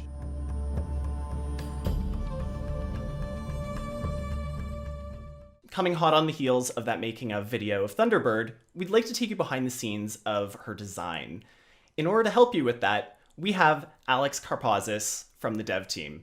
Thanks for joining us today. Absolutely. Pleasure to be here. So before we dive into Thunderbird specifically, I'd love to hear about the process of making an operator. What goes into this and what steps are involved in deciding what to base a character around? Starting an operator starts with a lot of exploration. On the gameplay side, there's a bunch of gadgets we want to try out, things that are interesting for abilities. On a universe side, there's interesting bios that we want to explore, different kind of people we want to introduce to the cast of characters of Siege. And on the character concept side, we want to play with different forms and silhouettes, something that you haven't really seen before in Siege. In terms of Thunderbird as a character, where did that conception begin? Thunderbird was really interesting. The entire team knew that we wanted to feature somebody from the First Nations in North America. This is our backyard. We wanted to represent somebody from that huge community, but we didn't know where to start. And we eventually found that it all really started from the casting.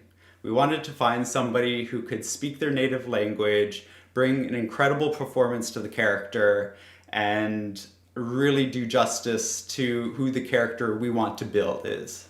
So this all began with our star, who is Sarah Lise MacArthur, and she really was the driving force behind Thunderbird. She knows how to speak Nakotan, she has an incredible voice, and that's really what honed in on the idea of a Nakotan operator in Rainbow Six Siege. In addition to working closely on the casting side of things, I also understand that you worked really closely, as we saw in the making of video, with consultants.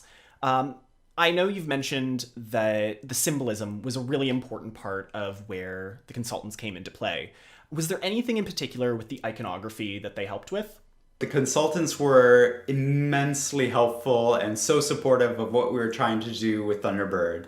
Once we knew that we wanted to feature a Nakotan operator, that's when we found 3 amazing consultants, one of them being an artist, to start working on the background of the operator and the visuals. And so when you take a look at Thunderbird, there's actually a lot of emblems and iconography that has a lot of emotion and meaning behind them.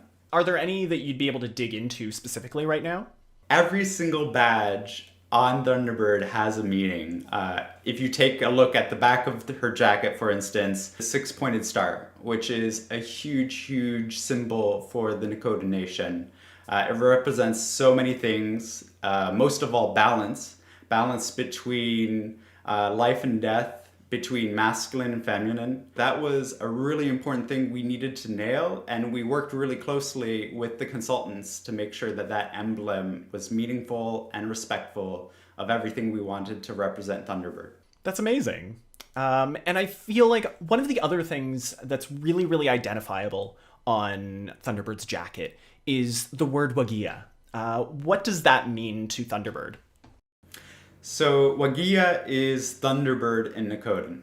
And also we wanted to make sure that that language was visible on the character, just like it's something that you can hear Thunderbird speak in the animated short that we released.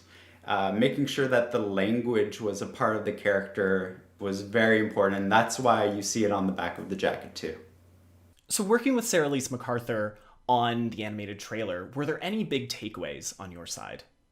I think the biggest takeaway was we learned so much from our consultants, from Sarah Lise MacArthur, and the hope is too that many, many more people can learn about the Nakota people, their language, their art, and really open up opportunities for people to investigate and learn more about these amazing people. Thanks for taking the time to bring us through the design of Thunderbird. In the meantime, we're going to jump into the animated trailer that we mentioned before, but if there's anyone you'd like to thank, Alex, you have the floor.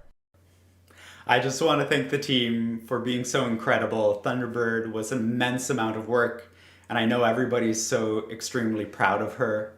And I also know that they're already hard at work on the next couple of operators that are already being worked on. So thank you so much. It means a lot to so many people to share these operators with the world.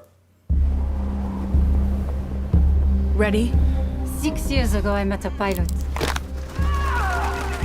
She saved my life. Damn.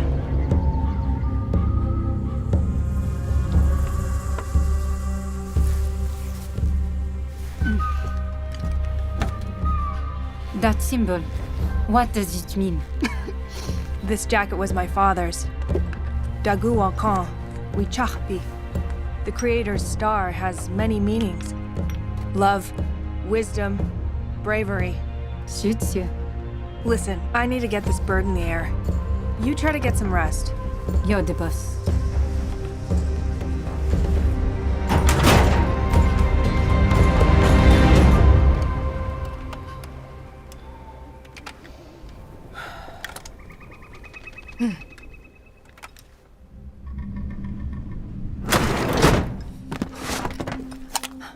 What's happening? Shh.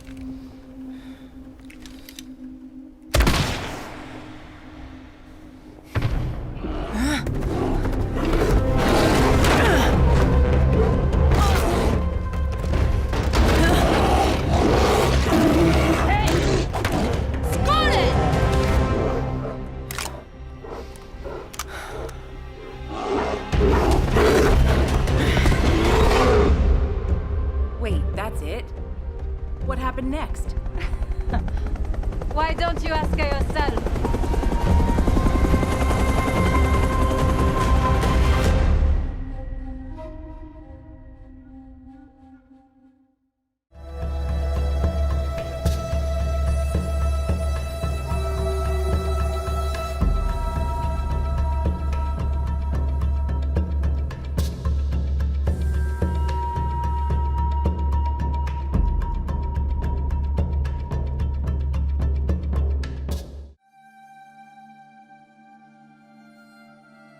Hey everyone, my name is Josh. I am one of the CRs for Rainbow Six Siege, and you may also know me as UbiYubble on the Ubisoft forums, Steam, and Reddit.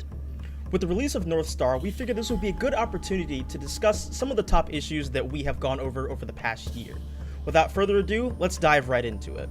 Up first, let's talk about smoke propagation and Smoke's toxic babes. We're excited to announce that with the release of North Star, Smoke's toxic canisters will no longer clip through ceilings, floors, or walls. Up next, bullet hole peeking. We know that for players, it can be frustrating to get killed through a bullet hole and not necessarily know where that bullet hole came from. With North Star, we're excited to announce that bullet holes in soft surfaces will no longer leave small holes that will give an unfair advantage to peekers. Players will need to fire multiple bullets to create larger rotations, and it's worth mentioning that thin materials like window glass, barricades, and the inner core of props will not be affected by this change. Next, let's dive into some of the gameplay-focused issues that are affecting our community. We are improving the way the game detects flashes so that you can be more confident knowing how it will affect your opponent. To solve this, we are simulating the way light bounces off objects in the environment and evaluating the strengths of flashes to make sure that they are balanced. We're happy with the results so far and are now testing it to make sure it meets the standards in the heat of a match, and we are currently aiming for a Year 6 Season 3 launch for this. Up next, let's talk about certain skins that are difficult to see. We know that when you're peeking down a corridor, you want to make sure that you're actually seeing your opponent where they are. And we know that there are certain skins that make this a little bit difficult for our players. To combat this, we are introducing rim lighting, that way all cosmetics have a similar visibility across the board. We are currently aiming for a Year 6 Season 3 release for this, so be sure to stay tuned to our social media for updates. Next, we'd like to talk about some issues that tie into your wider player experience with Siege. When it comes to cheating and toxicity, we know these topics are important for our community just as much as they are for us. In our last anti-cheat dev blog, we mentioned that we are working on building new cheat detections based on statistics to uncover our most disruptive cheat users. While this process was originally manual to stress test and help validate its accuracy, we are excited to announce that this process is now automatic. This means that sanctions for cheaters identified through data-based means will come quicker and reduce their impact on our community. Implementing an automatic process also allows us to work in parallel and strengthen our collaboration with BattleEye. We are also taking the time to further evolve the MMR rollback system by improving its reactivity and minimizing its negative impact on our players. The goal of MMR rollback was to help players when they are in an unfair match. That being said, we know that when you win against a team with a cheater and you are rolled back for that, it can be very frustrating, so we are working to address that. We will continue to tweak the design as we work towards a clear and fair system.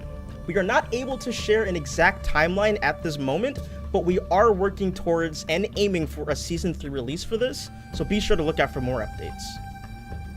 We have also increased sanction penalties for abandon-related offenses, and this will be for ranked and unranked, and you will see this at the beginning of North Star. Paired with the recent improvements to the match cancellation, we expect this to help discourage this form of griefing while limiting the impact on our committed players. Now, this is only just a snapshot of what we're working on. Later on this week, we will share a top issues article that will recap these and some of our other top related issues. On top of this, we are also hard at work on focused updates for specific top issues, like an update to our anti-cheat dev blog, so stay tuned for more.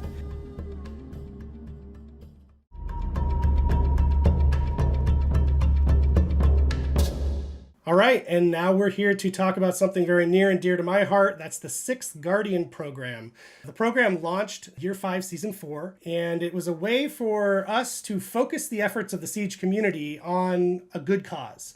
And at the time, that first crack at it was with our friends over at Able Gamers. Throughout the course of that season, we were able to raise over $170,000 for Able Gamers charity. So it was a great success. We thank everybody who contributed, bought the cool skin that we made with them.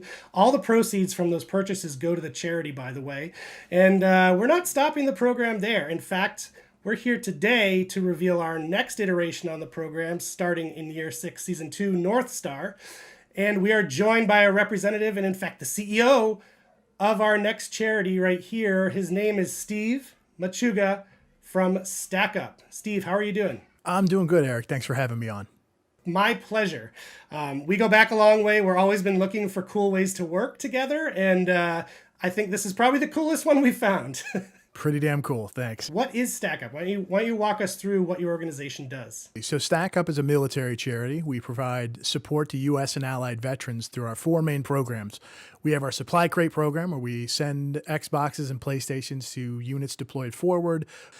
We have our Air Assault program where we fly disabled or deserving veterans to various gaming events like Comic-Con, E3, PAX, or to studio tours to check out their favorite games, how they get made. Our Stacks program where we have little fire teams of volunteers that get out and do good things in their neighborhood, volunteer where they can. And then finally, last but not least, we have our Overwatch program, which is our 24/7 suicide prevention team for veterans online through our Discord channel. If you're having a tough time, you need someone to talk to, our volunteers are there and ready to go. And if it's okay to say, you yourself served overseas, didn't you? 8 years in the Army, 4 years infantry, 4 years intel. And is that sort of what gave you a bit of inspiration on the downtime? Oh, yeah. Yeah, gaming was definitely something that I used both overseas and when I came back home to reacclimatize myself to being back home. It's definitely a strange reality, stepping off the plane and just going down the street to get a chili dog. It's like, where did I just come from again? Oh my, what in the world? It's a very rough transition. So having something to kind of walk me back into reality playing video games was that. And a lot of our guys and gals use gaming to kind of fill up that tough time in their lives where they need a little bit of help, whether it's staying in touch with other veterans or people that they're no longer in contact with. They can play games together across the country from one another. Gaming works out as a wonderful way to keep veterans motivated, their morale high, and generally part of the conversation. Now, one thing that was interesting that you mentioned in there right at the top is it's not just a U.S.-only charity. You're serving military organizations outside of the U.S., is that right? One of the things that we try to impress upon people is just because we're based in the United States, we are not just a U.S.-based charity. We help U.S. and allied veterans, which means if you put on a uniform and you're one of our allies through NATO or ANZAC, Australia, New Zealand, any of our allies out there, we will work with you. And that fits in perfectly with the theme of what Rainbow Six is, right? Exactly. It's very strange. Like I was actually reading the original Rainbow Six book while I was in Ranger School. So it was a very weird reality of, this multinational anti-terrorism unit. And, being it was so crazy that here we are now, almost 20 years later. And it's amazing how far we've come as an organization. So how do you feel about partnering with Siege and our community on this? Oh, it's super exciting. I mean, you guys over at Ubisoft sure know how to run games as a service. It's amazing, and we're happy to be a part of it.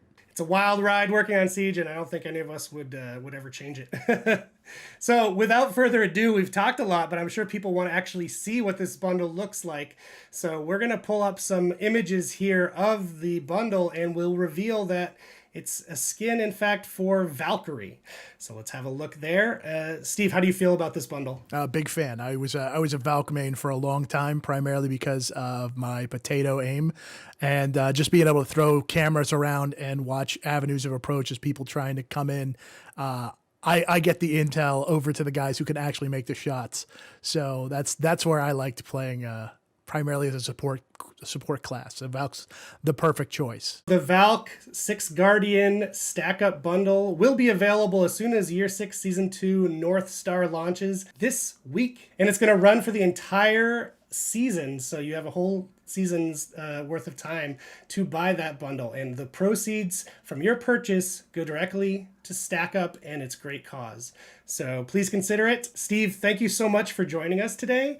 And before I let you go, I thought I'd give you a chance to let the people know how they can contribute, how they can help out, or get involved with Stack Up apart from buying this bundle. If you're interested in learning more about Stack Up and how we support veterans and mental health for veterans, head on over to stackup.org. We're on the website, our Discord channels, discord.gg/stackup.org. Head on over there, and some of our volunteers will be right there with you. If you know someone who could use our help, that's a great place to put in a request form as well. So yeah, please head on over, and we're happy to help out wherever we can.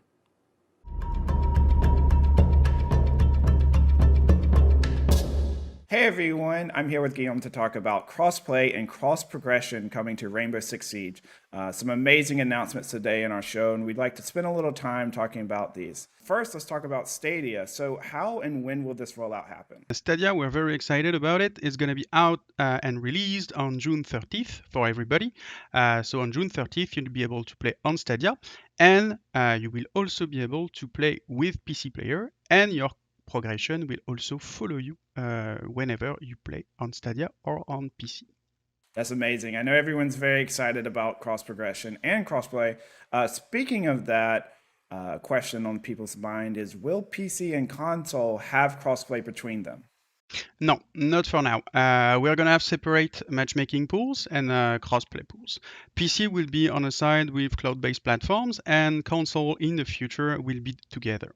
Got it. So, and to be clear, when we talk about console crossplay, which generations are we talking about? We're going to talk about every generation, PS4, PS5, Xbox One, Xbox One X. Perfect.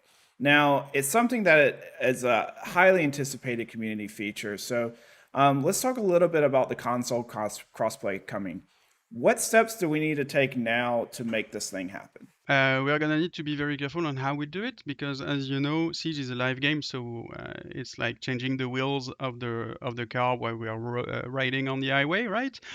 So we're going to have a lot of work to do on the UI to make sure that all the invite flows are working properly, and we'll also have a lot of work to do on the tech side to be sure that all the different and separate environment that we have right now are merged into one so that they can support crossplay and cross progression. This is going to be a community question that pops up with crossplay, cross progression.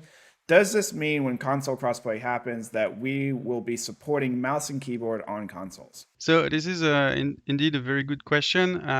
We are working on looking what we're going to do it and how we're going to handle it. That's for sure. It's something that is on our roadmap, but it's a very complicated topic. And again, the idea is to make sure that we do it properly. So yes, input spoofing, and how we manage them in the matchmaking is on our top priority list. Yes, for that feature. Yeah, that makes sense. So if console crossplay is coming in 2022, what can we expect between now and then? First step will be the release of the Stadia version in June 30th. And after that, we're going to be hard at work making sure that everything is ready for the console launch early next year. Amazing. Well, I think that's awesome. I think I speak for everyone when we say we're very excited for this to happen. In the meantime, everyone keep an eye out on channels throughout the year, and we'll keep you updated on the progress as we bring crossplay to Rainbow Six Siege. Thank you.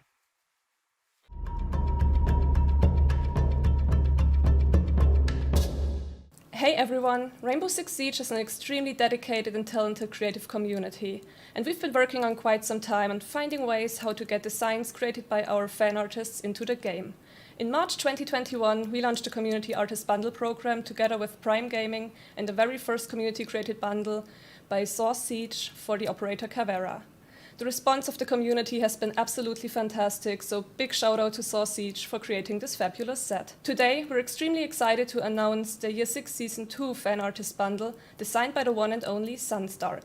Sunstark has been a pillar in our community with her amazing fan art for Siege, and she has a very unique story to share, because while we were creating her bundle, she was actually hired by Ubisoft to work on Siege full-time.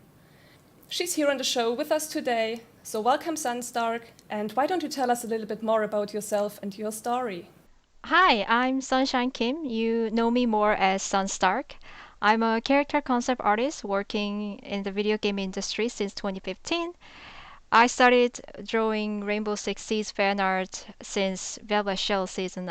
I'm a big fan of military shooting games, so the general aesthetics of this game, character designs and character lore, and those all things really appealed to me at the time. So for me, it was a good stress relief to draw Siege fan art after a long day at work.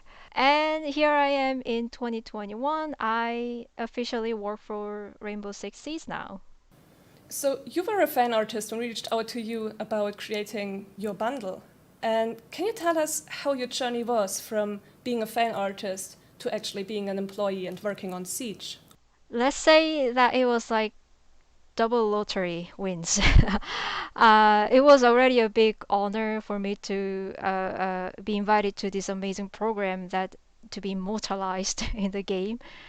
And during the production, during the production of this bundle, I actually got approached by the art team of Rainbow Six Siege that if I would be interested in applying for the role on the team. So I did. I applied, and I got hired.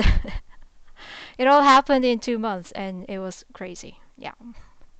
Absolutely incredible. So, what is your position within Siege exactly? I'm a character concept artist working on Rainbow Six Siege team. So that includes battle pass skins or like elite skins or new operators. Now, let's have a very first look at the bundle you've created. So you chose to create this bundle for Lion. Why did you choose this character in particular? Yes, Lion is indeed my favorite operator. If you follow my social medias, 90% of my contents include Lion, so it's not a secret. I I just found the character really the lore is really interesting to me. It's quite dramatic. It's not for everybody, but he's just unique personality. Not good, but unique. His unique personality causing trouble with other operators, and his really dark past, and his relationship with his son and everything. It just made the character super rich, and I enjoyed adding my interpretation to every fan art I did for him. What inspired you to create this bundle? There was one time that I did a fan skin for Lion, which was firefighter theme. And to be honest, I went in super lightheartedly. I just enjoyed aesthetic. I just enjoyed mashing up firefighter uniform and then all the tactical gears together. It was just fun, creative process.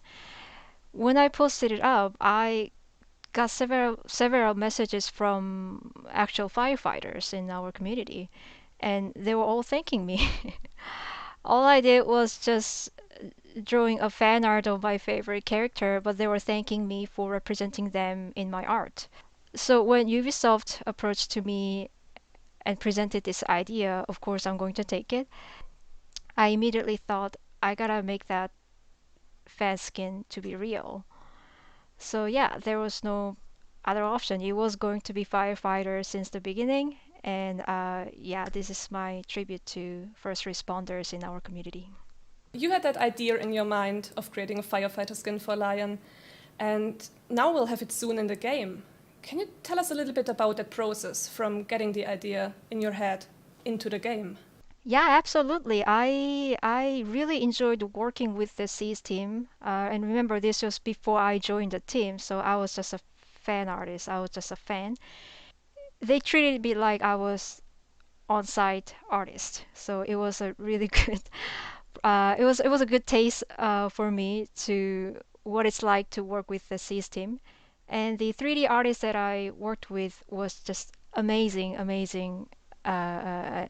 talented artist that I'm really happy with the outcome. I'm glad that I got to taste that process before I joined the team.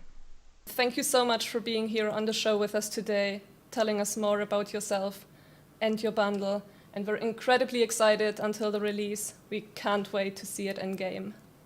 Thank you for having me here. I can't wait to see bundle either, and I can't wait for you to finally see my son. We're sure you will want to know how you can get your hands on the Lion bundle and when. So the bundle will be available shortly after the release of Year 6 Season 2 next week, and it will be available via Prime Gaming, which means it will be free for all Prime members. So make sure that your Amazon Ubisoft accounts are linked, and keep an eye out on our social channels and our website for any more information about this.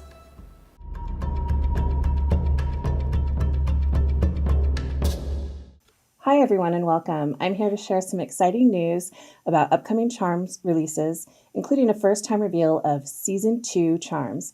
But before we dive into that, I'd like to introduce my guest, Rob Walker, founder of the Cyber Athlete Championship Series, an independent competitive series. Welcome, Rob. Hi, thanks so much for inviting me. I know that you and the streamers had a chance to work with devs on some of the upcoming charms, but first, let's talk about your work with CCS. First and foremost, tell me a little bit about what you're doing with CCS and what it is. We started CCS as a tournament organizer, and we've kind of grown into handling productions for different events too, or one-off needs that someone may want when it comes to putting on a esports event. That's great. With that said, who all can participate in being involved in CCS? At the time, if you wish to play in a CCS event, you have to be 16 years old or older. The operational and production side, if you're worried that you have no experience, but you don't want to necessarily play in esports, you maybe want to get into commentary, you may want to get into running a broadcast, or you may even want to get into admin and community management work. I really look forward to people reaching out to me because I want to use CCS as a platform that you can get some experience and then maybe move on to bigger companies, bigger projects, really just find a sense of fulfillment in esports. What can you share with me about any upcoming CCS events and a little bit of maybe about the number of seasons that have taken place so far, a little bit of the history there? We've had 5 seasons, and then we've also had one season that was focusing on women in esports, and there's also one that's coming up. I think over the course of us starting in 2017, we've had around 20 or so events, whether it's qualifiers, leagues, tournaments, charity events. Because of the incredible work you've contributed to the Rainbow Six community, it made sense that you would become involved in working with the dev team on a charm. As you know, each season, new charms are added, and you were asked to help design a charm that we are going to get a first look at today. Can you tell me about what that was like? It's still pretty surreal. And when I was asked at first, I didn't reply right away just because I was shocked. I didn't think that the Siege charms would apply for us as CCS as an option. To be recognized like this is wild. I still can't get over it. I'm just really happy for people even wanting to play in CCS or to speak to us about events, not necessarily any tangible benefits or any recognition that you guys have been so gracious about. So they brought me through the design process, showing like all the different things that you could add. If you wanted it to have a little bit more depth, if you wanted to have any like distinguishing features of it, they were really cool and guiding me along the entire process. It's awesome. The charm turned out great, so congratulations on that. We also have a first reveal of 2 additional charms. One that Yo Boy Roy has done, which you are seeing right now, and additionally one from Magnet. They both helped design these charms with our dev team, and I'm sure we're all very excited to see them in game soon. Thanks so much for joining me today, Rob, and thanks to all of you for tuning in. We'll see you on Monday for the launch of Year 6 Season 2 North Star. If you'd like to see more of this in the future, please let us know. You can hit us up on Twitter, Instagram, Reddit, Discord. We're everywhere. So let us know what you thought of the show and what you'd like to see in future episodes. So from everyone here on the Rainbow Six Siege team, thank you so much for watching. Hope you enjoy North Star launching this week, and we'll catch you next time.